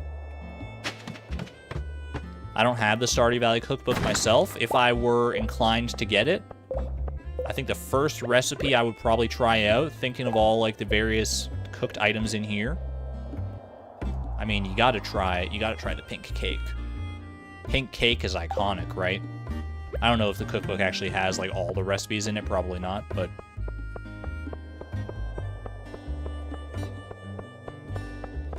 test achievement, do not mind. Oh, it would drive me crazy, dude. If I was actually going for like a completionist run of a game like that had that achievement, then it's like, I guess you just gotta not get into it before getting too invested.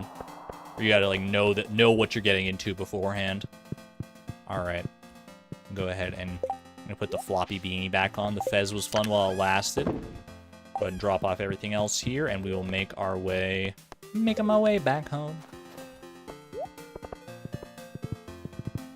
Strange bun. I don't know where you're gonna get your hands on void mayonnaise, but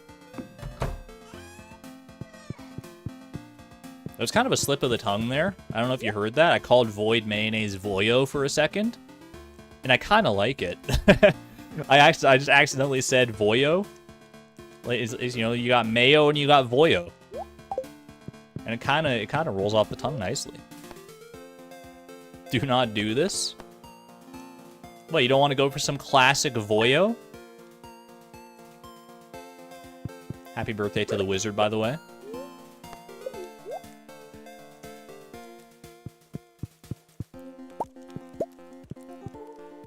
Makes me think more of froyo than anything, to be honest with you, though.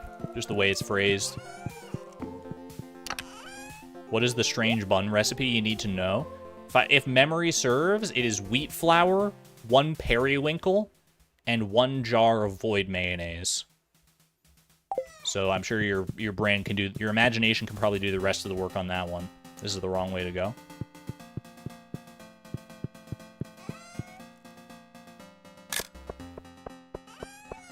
You have the book. Have to save up your food budget to cook most of the recipes. Is lobster like a ton of garlic and stuff? Wait, is there an actual recipe for the for the strange bun in the cookbook. That's so cursed. Bro, I forgot this song was in here. Oh my gosh. Oh my gosh, the nostalgia hit from this one. I love this song, dude. And seafoam pudding. Ooh. I don't know if I would like seafoam pudding in real life. Like I like pudding and I like seafood, but I don't know if like combining the two is the smartest idea ever had. Donkey Kong music again? Is Diddy Kong music actually? Diddy Kong Racing?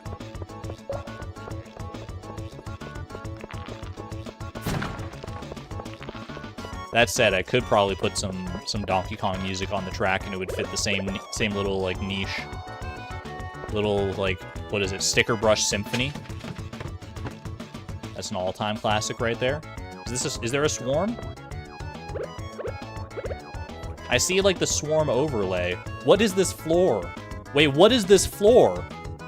This is not my floor 32. What happened? Did I end up in the minus realm? Help? Help, chat. I think I just landed in the back rooms, but it's, like, the mines.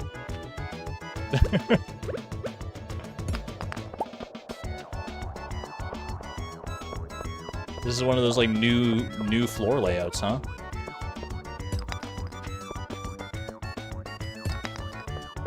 Yeah, I think as of 1.6, you can, like, get some new specialized floor layouts in the actual, like, default mines here. This is just, like, my first time really... I've experienced the new layouts in Skull Cavern, but not so much in the normal mines. Have a good one there, Brandy. Thanks for hanging out. New layout with hidden treasure. I mean, I do like that it's, like, not a dark floor. Not that dark of a floor, anyway. Spooky. Anyway. Back to normal, I guess. I wonder, will that layout stick, like, the next time I go through there today? Or will it just be... Will it be a randomized layout every time? I don't know. Need wooden skewers and a jumbo muffin tin. Bro, who has a jumbo muffin tin lying around? What the heck is this? I'm in Skull Caverns now? Bro, what? I'm so... My brain cannot process this. I know it feels so wrong. It feels so wrong. Ooh, more powder melon seeds. It feels so wrong, but it looks so cool. That's one recipe that needs the wooden skewers and the jumbo muffin tin? What the heck? One recipe uses duck eggs. They really went all out with the cookbook, huh? That's wild. That's the strange bun recipe. What are the wooden skewers for? I guess to, like, hold it all together. Like, somehow, like how pastries can sometimes get so big that you need to, like... They need, like, supports on the inside to hold them together. Otherwise, they just, like, topple over.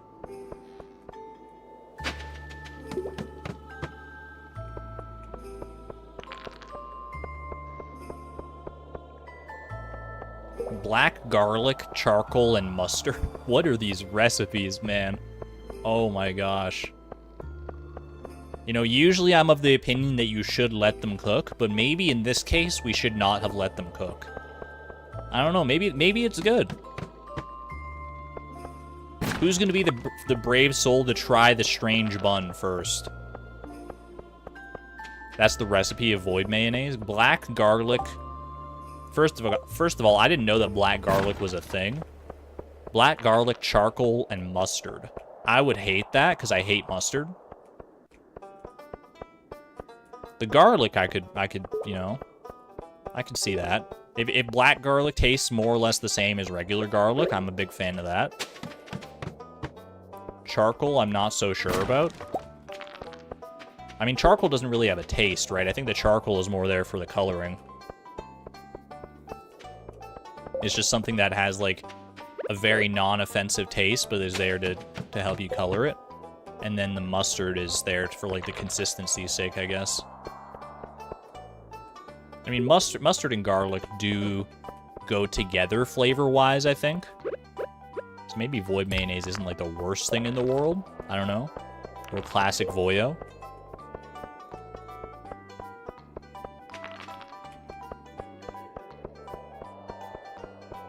That said, I'm just not a fan of mustard personally, but if you are, then I can see that being decent.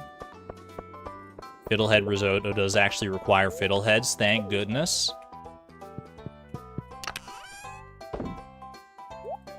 You know, there was something in the back of my mind that was like, there was always that inkling that when I was hearing about the Stardew Valley cookbook, it's not something I ever looked into all that much myself, because I'm not much of a whiz in the kitchen for the most part.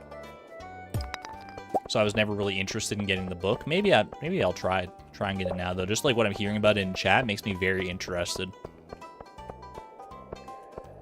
But there was part of me, like something in the back of my brain that was like, you know, the cookbook is either going to be really, really cool and interesting and very unique, or it's going to be like, you know,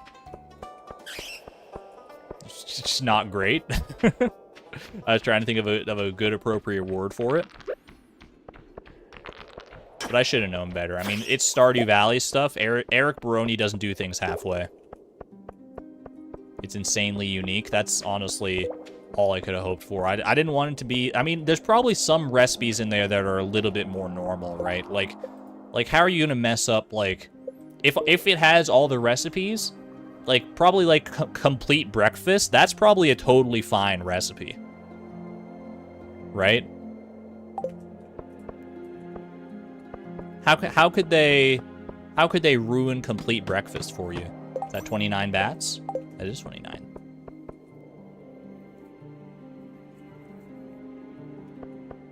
The first recipe requires blackberries or salmon berries. I don't even know what a salmon berry tastes like, and don't say salmon. I know that's you're memeing with me. But wait, does it actually taste like salmon though? These new floor layouts, they at least make the golems a lot easier to spot. I'm fine with that. They taste like berries.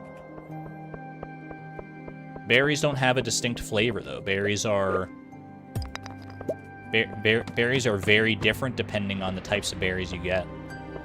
Like, a banana does not taste anything like a blueberry, but they're both berries. Ooh. Little Dwarf Scroll 1, homie. Don't mind if I do. For old time's sake.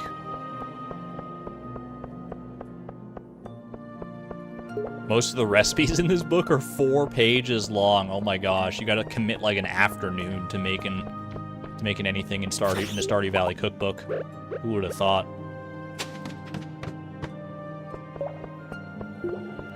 Banana is a berry. You heard it here first, folks. You may think I misspoke. Hey Siri. Is a banana a berry?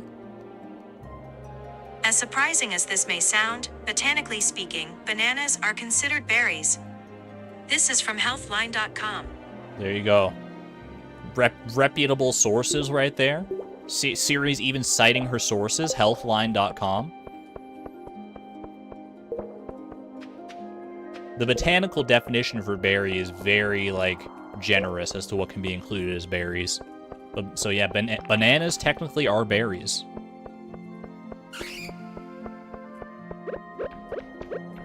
That said, if someone asks you, like, what your favorite berry is, I would implore you to probably not say banana in, like, a casual conversation. Around here, it's okay, because we're, like, all kind of on the same page when it comes to that kind of weird classification stuff. But, like, in normal, everyday conversation, you're gonna end up looking like Demetrius if you bust out, actually, bananas, botanically speaking, are classified as berries, so my answer of bananas is perfectly valid. Or I guess, you know, depending on who you're talking to, it might be the right thing to say. You could educate them and maybe they'll be, like, interested in it. I don't know.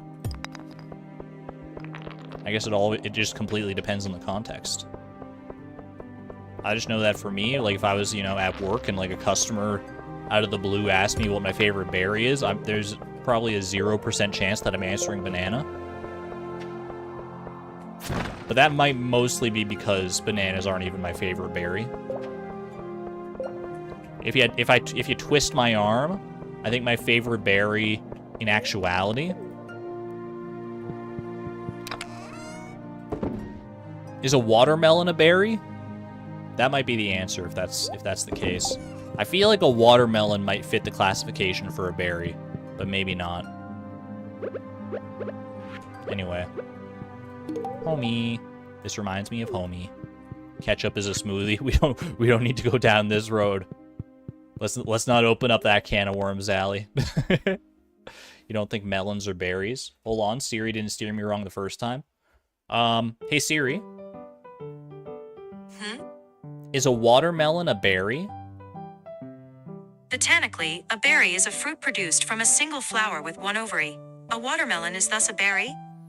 This answer all right then. I guess I would say maybe watermelons are my favorite berries. Sure, why not? Pumpkins are berries.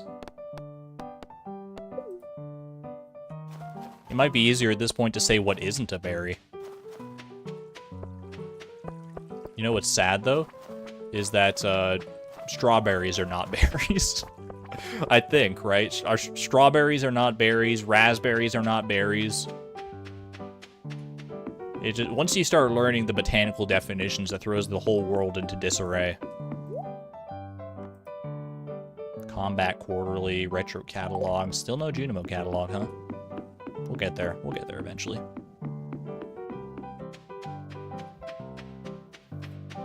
One ingredient for the salad: dandelions, greens, lamb's quarters, wild arugula, or other foraged greens.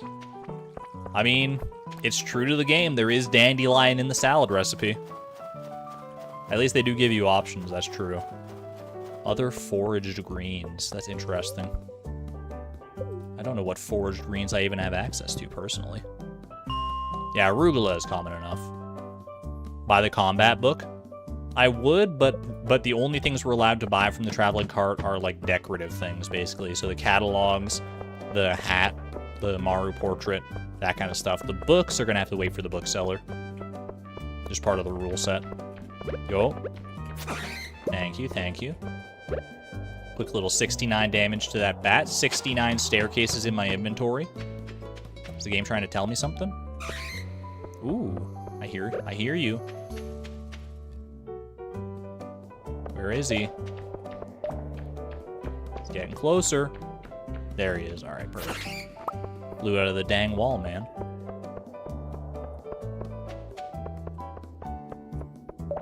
We're at 32 bats? We're at 35 bats! Oh my gosh. And we got a swarm incoming? Bro, we might finish this tonight if we get lucky enough here. Alright, just stand still, let them come to me. Are burritos technically raviolis? No, but raviolis are technically burritos. Changed my mind. Nice crit, bro. It was like an anti-crit. Oh my gosh, there's so many bats. My first mystery box. I have to start stockpiling those things. Can I tailor a mystery box? I know you can get, like, the mystery shirt and the mystery hat, but you get those as actual, like, prizes from the mystery box, not from tailoring or anything like that. I hear one more bat. You will not fool me again. Boom. There we go. Oh my gosh, that bat dropped 4 bat wings. What the heck? What the heck is going on in this, ecology here? We're up to 44 bats, by the way. 44 bats, officially.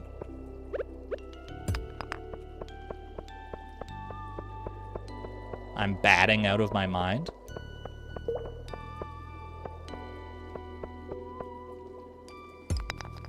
Raviolis are assembled before cooking with raw pasta dough. Burritos are assembled after cooking with pre-made cooked tortilla. I mean, Siri's been steering me right here. I don't know if she's gonna have a good answer for this one though. Hey Siri. Uh-huh. Are raviolis burritos? I found this on the web. There's a recipe for spicy burrito ravioli. That sounds pretty good. You know what? Maybe we've learned something new today, and that's just to look things up and try new recipes, because that sounds very nice. Whether or not burritos and raviolis are one and the same doesn't necessarily matter when you can just combine them anyway, and it'll be the best of both worlds. Burritos are a social construct.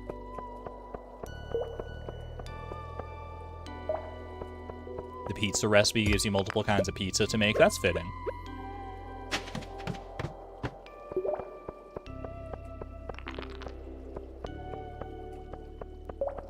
So are berries. I would say berries are not a social construct. I would say berries are nature's construct.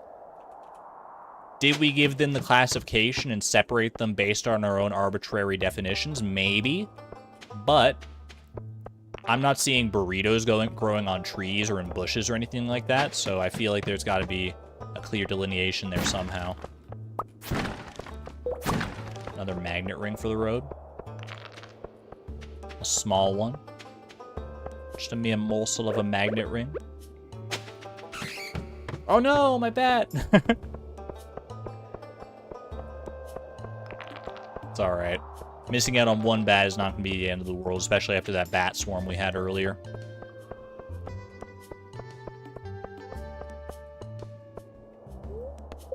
Alright, let's head on home. We probably could do a few more floors of bat searching, but not necessary. Simply not necessary. We still have, like, so many days left to complete this quest. Like, we've got... We're gonna have, like, 4 more days left to complete the quest here. And I only need to find 6 bats. The new and hot Stardew Valley challenge that's sweeping the nation. Sweeping the internet. Can you kill 6 bats in 4 days? It's gonna be close. It's gonna be close, but... Exclamation point optimism. I think we can do it. Give me another crab cake. I think the crab cakes are helping tremendously.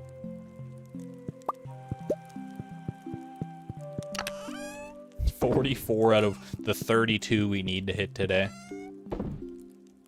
Doing pretty well. Oh man, look at all these staircases. You learned about 20 new ingredients just from this book that you genuinely never heard of. Honestly, that's so cool. The fact that they, like, really, like, dug deep and found, like, interesting, unique ingredients for the cookbook is very... I appreciate that. I'm a lifelong learner, and if I can learn more about, like, new, cool ingredients, I want to learn something every day. That, honestly, you might be selling me on the cookbook right now, Miss Palindrome, just with that. My secret friend this year. Will I actually get to give a gift this year? The odds are more in our favor than not. Emily. Son of a gun.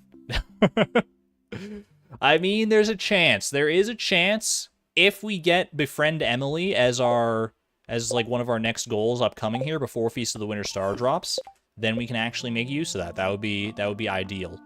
But for right now, sorry, Emily. You're either getting nothing or you're getting, like, broken glasses or something. They actually have periwinkle in the fish stew. Finally, all my dreams can come true. Wait, you're telling me they have periwinkle in the fish stew, but not in the strange bun like it is in the game? Cowards.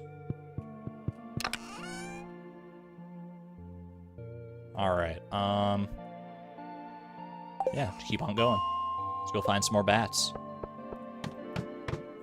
2 whole lobsters in the strange bun? That is just, like... When you say whole lobsters...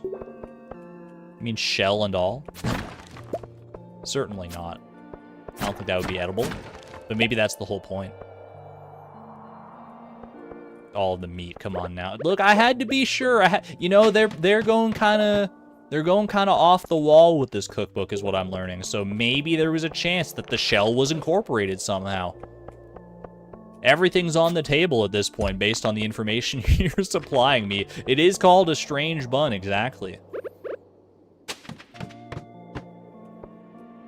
Do you think Concerned Ape made the recipe for the strange bun with the intention that anyone was ever going to actually cook it?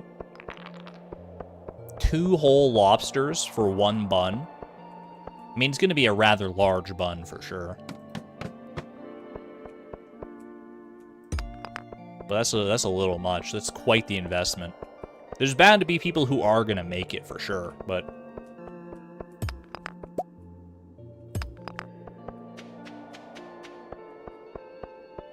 And also, I guess with, like, when you're making a cookbook, you have to actually make the recipe yourself, right? Before you put the recipe in the cookbook, at least in, like, in an ideal situation, so that you know whether the recipe even works. So in the testing of that cookbook, they actually did have to make probably multiple strange buns.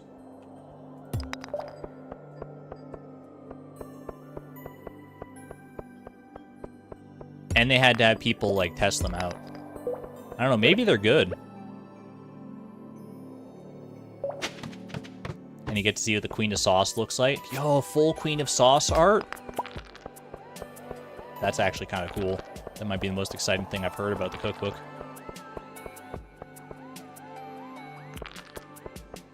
Queen of Sauce is your cooking mama in this book. I love it. Fiddleheads are delicious and super pretty.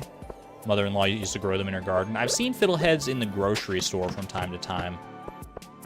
I've never picked them up, though, but, you know, now might be my time.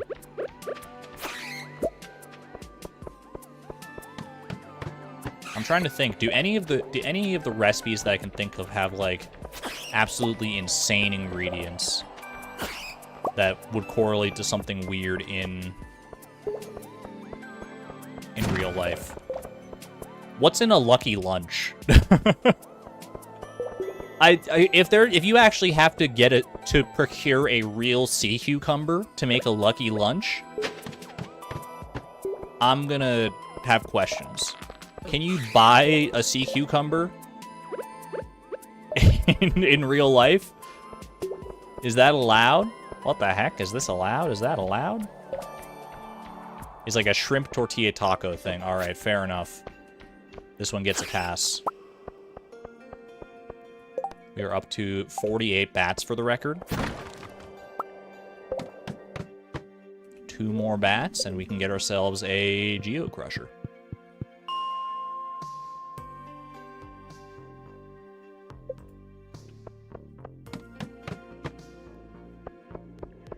We are almost there. Oh, I see one. There we go. One more bat for the road. Although, to be honest, chat, I'm getting kind of tired. Maybe I'll end the stream right there.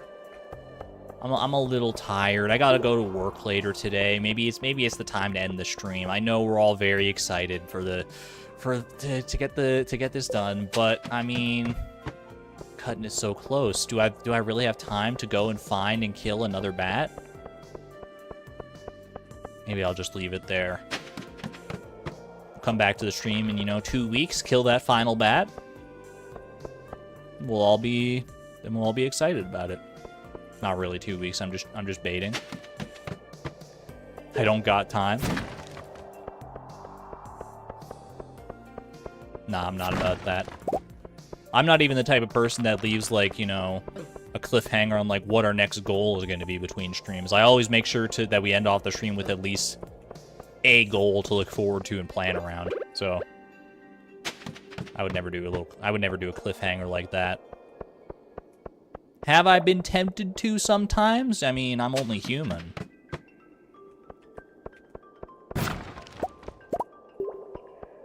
But I know which buttons to push and which ones to avoid. I'm shattered and I'm staying up for this bat. All right, this one's for you, Xavier. This final bat is for you. If we can find the dang guy.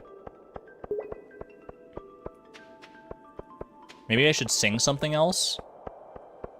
See if I can prove the siren theory true or false. Just even the mere concept of singing was too much for that bat to control. He was like, did I hear someone talk about music? I'll have you know I'm quite the aficionado. Oh! That's the bat. That was the bat talking right there.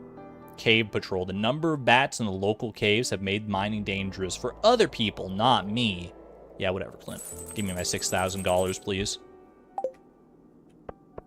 Fantastic. All right. And now, I believe we get the recipe for the We get the blueprint for the cave, not the cave patrol, for the geode crusher in the mail tomorrow, right? That's usually how these work.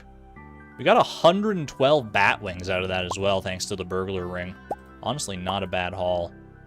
5 ginger. I think I had the ginger here for, like going through the dangerous mines for nauseous purposes. Bring home all these resources. Because why not? Powder melon seeds. I'll have to check in on Bartholomew as well. He should be all grown up, so we actually have a chance at some giant powder melon now.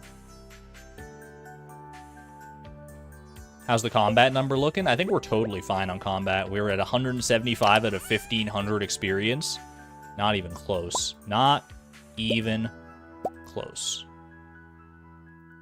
Why is there trout soup in here? The world may never know. Lesbian, hello, hello. Streaming is still going, at least for a little while. We'll probably... We'll be able to craft our geode crusher and then probably roll a new goal, and that might be it, because I do legitimately have to work this evening. I have to go to work in like an hour and a half, so I can't stay around here too long. I gotta go, you know, have something to eat between now and then. So, but oh, I got jump scared by my own daughter. Oh my gosh, I forgot I put that hat on her, man. That's so good. All right, pop those away in there. The bombs can go over yonder way. Carrots in here. Mystery boxes. I guess I'll hold on to mystery boxes. I don't know where I want to put these mystery boxes. I'm going to put them in here for right now. Start stockpiling them. Once we get a decent supply, maybe we can go and actually take care of that. There are jump scares in the game now. I said it myself. Yeah, but I didn't think they would be self-inflicted jump scares. I thought I'd have to go out of my way to get the cursed mannequin for that one.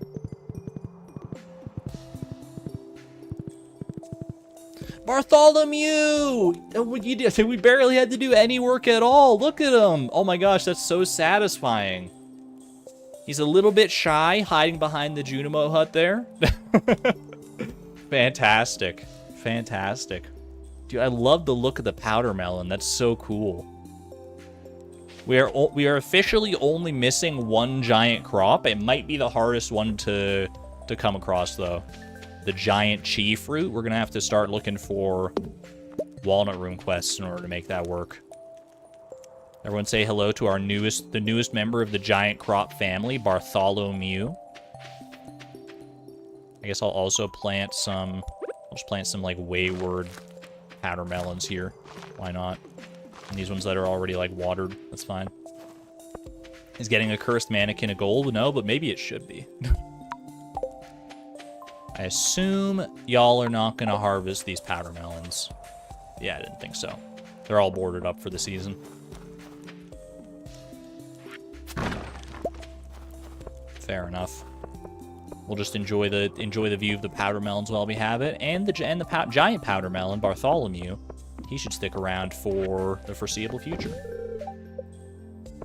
Priya Singh, thank you very much for the 8 months of membership at the Electron level, by the way. Says hello to Bartholomew. He feels so welcome with that. Thank you for that. You're a real one. Appreciate that. Yeah, Junimos, they take a winter break. They'll be back in the spring, but by then the like normal powder melons will be gone, but Bartholomew is eternal. Alright. Let's go to bed, get this geode crusher recipe, and dance the night away. I don't know that the geode crusher... Ooh, we got the bookseller in town today, too. I don't know that the geode crusher will actually get that much use from us. There's not really much of a reason for us to be crushing geodes in the first place, but, you know, it'll be nice to have the option anyway.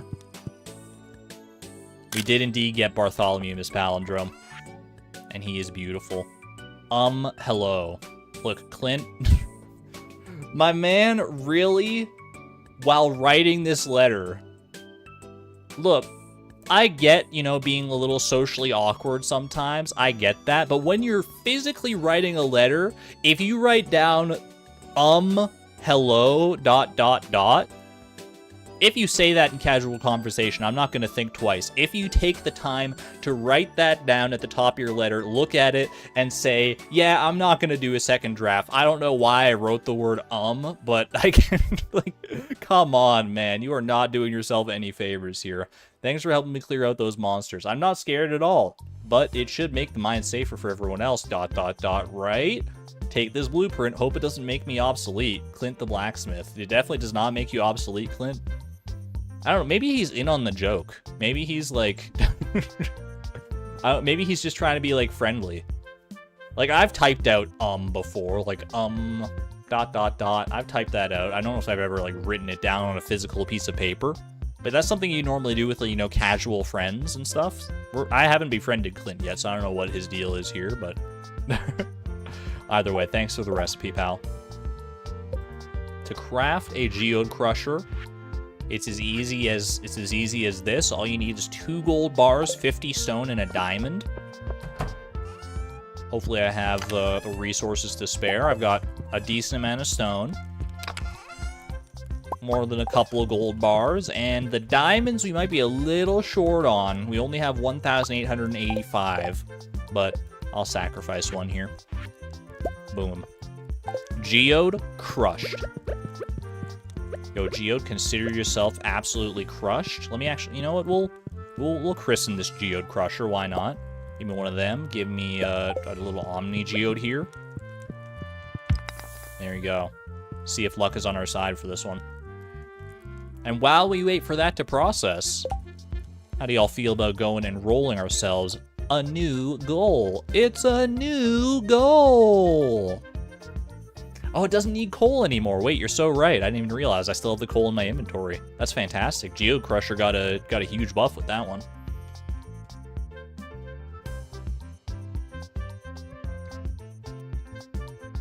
All right. Let me unpin this current goal message because we're not about that Geode Crusher lifestyle anymore. We are officially moving on. Craft a Geode Crusher. Don't mind if I already did. Finish that goal, please. 50.9%. We are closing in on 51%. Got a little bit of catch-up still to do before we get up to the 56% that we were at prior to 1.6 dropping, but we'll get there. And we're paving that road with a warrior ring. Craft a warrior ring. What even goes into that? I have to imagine I have the resources for that, right? Hold on, I'm just writing it down. Warrior ring. Bones? It does look like a very bony ring.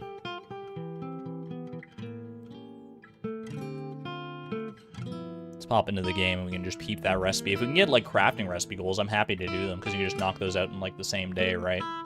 Warrior ring. 10 iron bars, 25 coal, and 10 frozen tears. What is this cursed recipe? Maybe I have that? I have 1 iron bar, but I do have enough iron ore to smelt them. I have enough frozen tears, and what was the other one? 25 coal. Okay, well, we can make that happen. Do I have... Am I able to craft furnaces now? I can craft furnaces. How much copper ore do I have? 97? I guess I craft a... I probably use that to craft furnaces. And then I can get... If I get, like, 10 furnaces going, then I can just get the iron done, like, right now. Really, I technically only need 9 furnaces, I guess. Yeah, so I think we just do this. Craft. I can craft 4 furnaces here. You have absolutely no memory of that crafting recipe for the war. I mean, realistically, how often are people crafting warrior rings? It's not one of the go-to rings a lot of the time for people, I don't think. All right, so I have 6 furnaces now. I could go to Clint and buy some copper ore to get just to round out my supply here. Yeah, we already got 2, so we have 6 total. Yeah, most people, I think, probably only craft with furnaces, like, literally 1 time for perfection. I did not mean to move the drum block. That one can stay there. Do a little rearranging, make ourselves a nice little furnace area. Ooh. Take some aeronite. Maybe this tailors into something nice, actually. Kind of a pretty gemstone. I'm like a squirrel. I'm very easily distracted. But you can't admit you're not a little bit curious. This is what aeronite tailors into. That's a very nice shirt, actually. I kind of like that. It kind of, actually, you know, when I put it on, it kind of gives me, like, Joja employee vibes.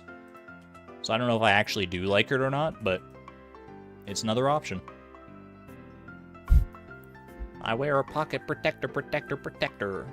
I broke my glasses on purpose so I could tape them together. Oh my, she's zooming. Oh my gosh.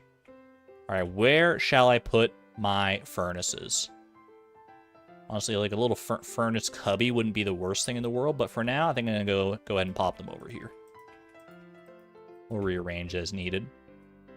If I just do a couple batches of iron, I don't even need to go and like get more from Clint. I think we just do a couple batches of iron and call it a day.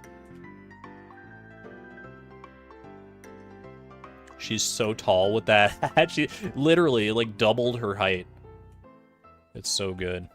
Was that a Rhett and Link song? You know it. Run back to Reddit and type stuff no one will see. You're a geek. That means you're just a hipster wannabe. That's right, I'm a geek. I've got brains and a personality. I wear my glasses sincerely and my t-shirts ironically. There are some things you just can't learn in a class, or else I'll sign you up for intro to how not to be a social outcast. You're just so early 2013. I was the cool form of uncool before uncool became a thing. So on and so forth, you know. You know how it is. Sounds like a Weird Al song. It's got the same energy for sure. Go checking at the bookseller real quick. We'll do bookseller, we'll do traveling cart, and then by that point, hopefully we can head home and get some, and our furnaces will be ready. Okay. Which of these have I already purchased? I purchased the price catalog. I think I purchased all of these ones. The treasure appraisal guide I don't think I purchased last time, right? That's a big one. Buy that for future. And then all the experience-based ones I can buy. Book of Stars is very nice, actually. Started Almanac. Everything else here is... I mean, I guess, should I just buy them anyway? So I can, like, trade? Actually, I don't know if you trade these, like, core books. We did get Slitherlegs. Slitherlegs is available every single time, I'm pretty sure. I'm gonna leave it there. Let's not burn too much of our money on this. Otherwise, I'm gonna be pushing myself down below $20 million. We just can't have that. You can trade the core books. I mean, I haven't even had the option to trade yet. Do you even unlock the option to trade for books until you read a book? I could not tell you. The horror. It's the second option. I'll go back and double check, but I'm pretty sure I talked to him and he just opens his shop menu. I'm pretty sure I didn't even have an option to, like, go for a trade.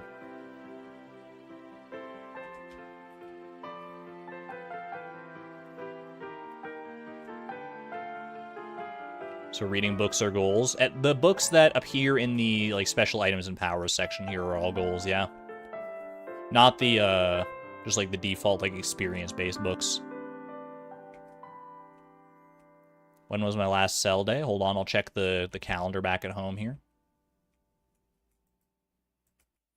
Oh, you're talking about my sell, like, to actually, like, make money for profits. I thought you were talking about bookseller. Wait, do I not have a calendar? Could have sworn I had a calendar.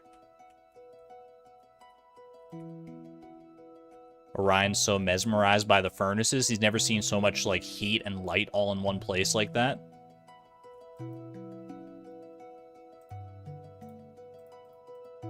Nice little collection of books we're building up. I'll go double check the bookseller just to make sure that the trading option was indeed not there. I'm pretty sure it wasn't, but maybe I'm just, like, doing something wrong.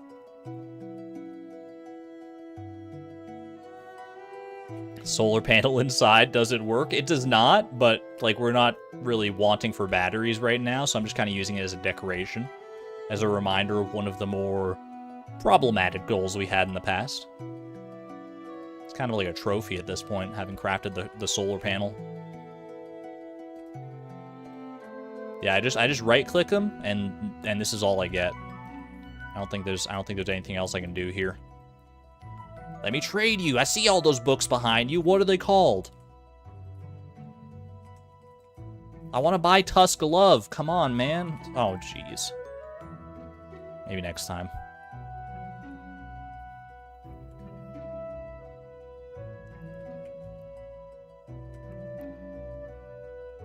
How problematic that goal was, don't remind me.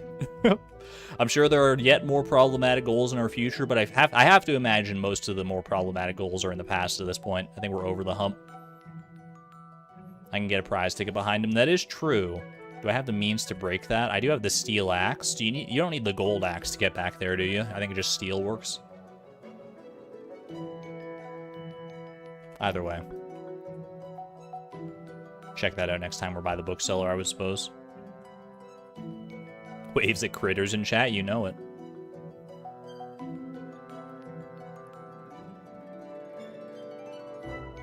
There it is. I figured they were just about done. Alright, one warrior ring coming right up. There we go, and I'm going to put that in my dresser, never to be seen again. Occasionally infuses the wearer with warrior energy after slaying the monster. That's not the savage ring that gives you like the speed buff, otherwise it would be much more memorable. The warrior energy buff is just like an attack boost, right? Which I'm sure it could come in handy depending on your play style, but for me it's never been much of a consideration. Quick little hydration break, and then I will roll into our next goal, I suppose.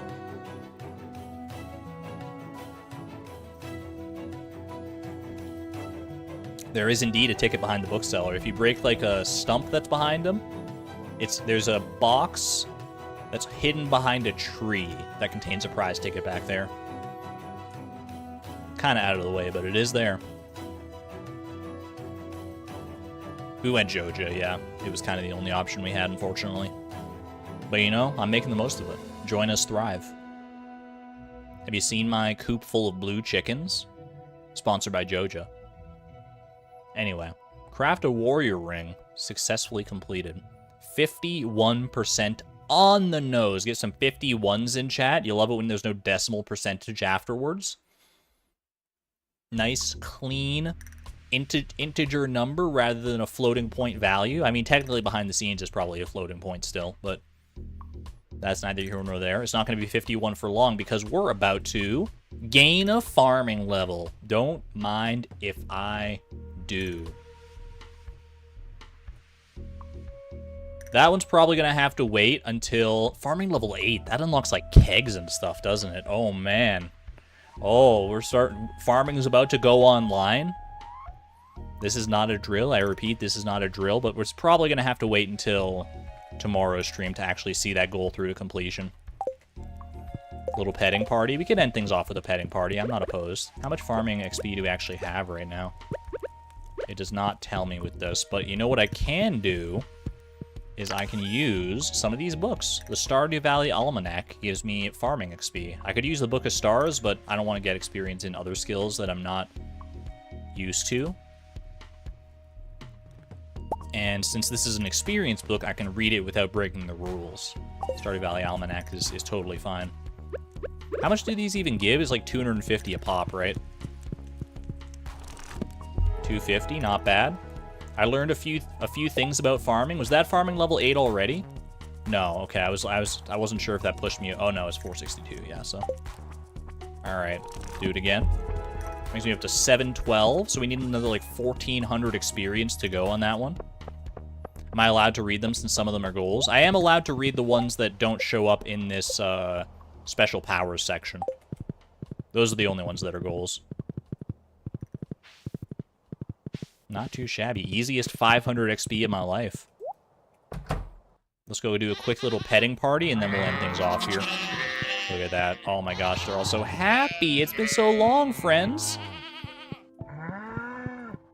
Such a cozy winter vibe, running around, petting your animals in a nice, like, fleece turtleneck sweater. Like this, like our very cozy winter outfit here. I love it. Take advantage and harvest the powder melons. Actually a good call, yeah. Because we're not going to want to harvest, Bartholomew. So we'll harvest the sort of wayward powder melons that are on the side. Hello, by the way, Gertrude. How's our auto grabber situation looking? Starting to build up a nice supply. Although realistically, the barns are kind of where it's at when it comes to the auto grabber situation. We must have sold some of our milk not that long ago because we don't even have like a full stack of iridium milk yet, which I know is kind of a crazy sentence, but you know, when you're in the randomizer, suddenly things don't seem so crazy. Getting a full stack of iridium large milk is like, you know, you might call that a very special day. I call that Tuesday.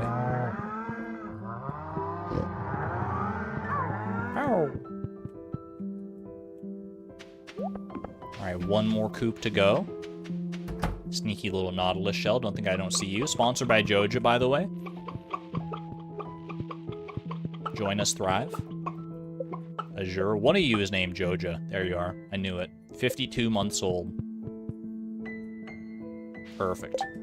What did that even get us up to? That got us to... We're just over 1,000 farming experience. We make use of these rogue powder melons over here. Get a little bit more. Not bad. 3 silver quality, 3 regular quality.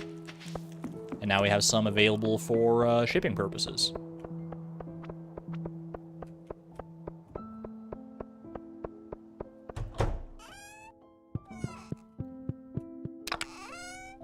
Pop these away in here for right now.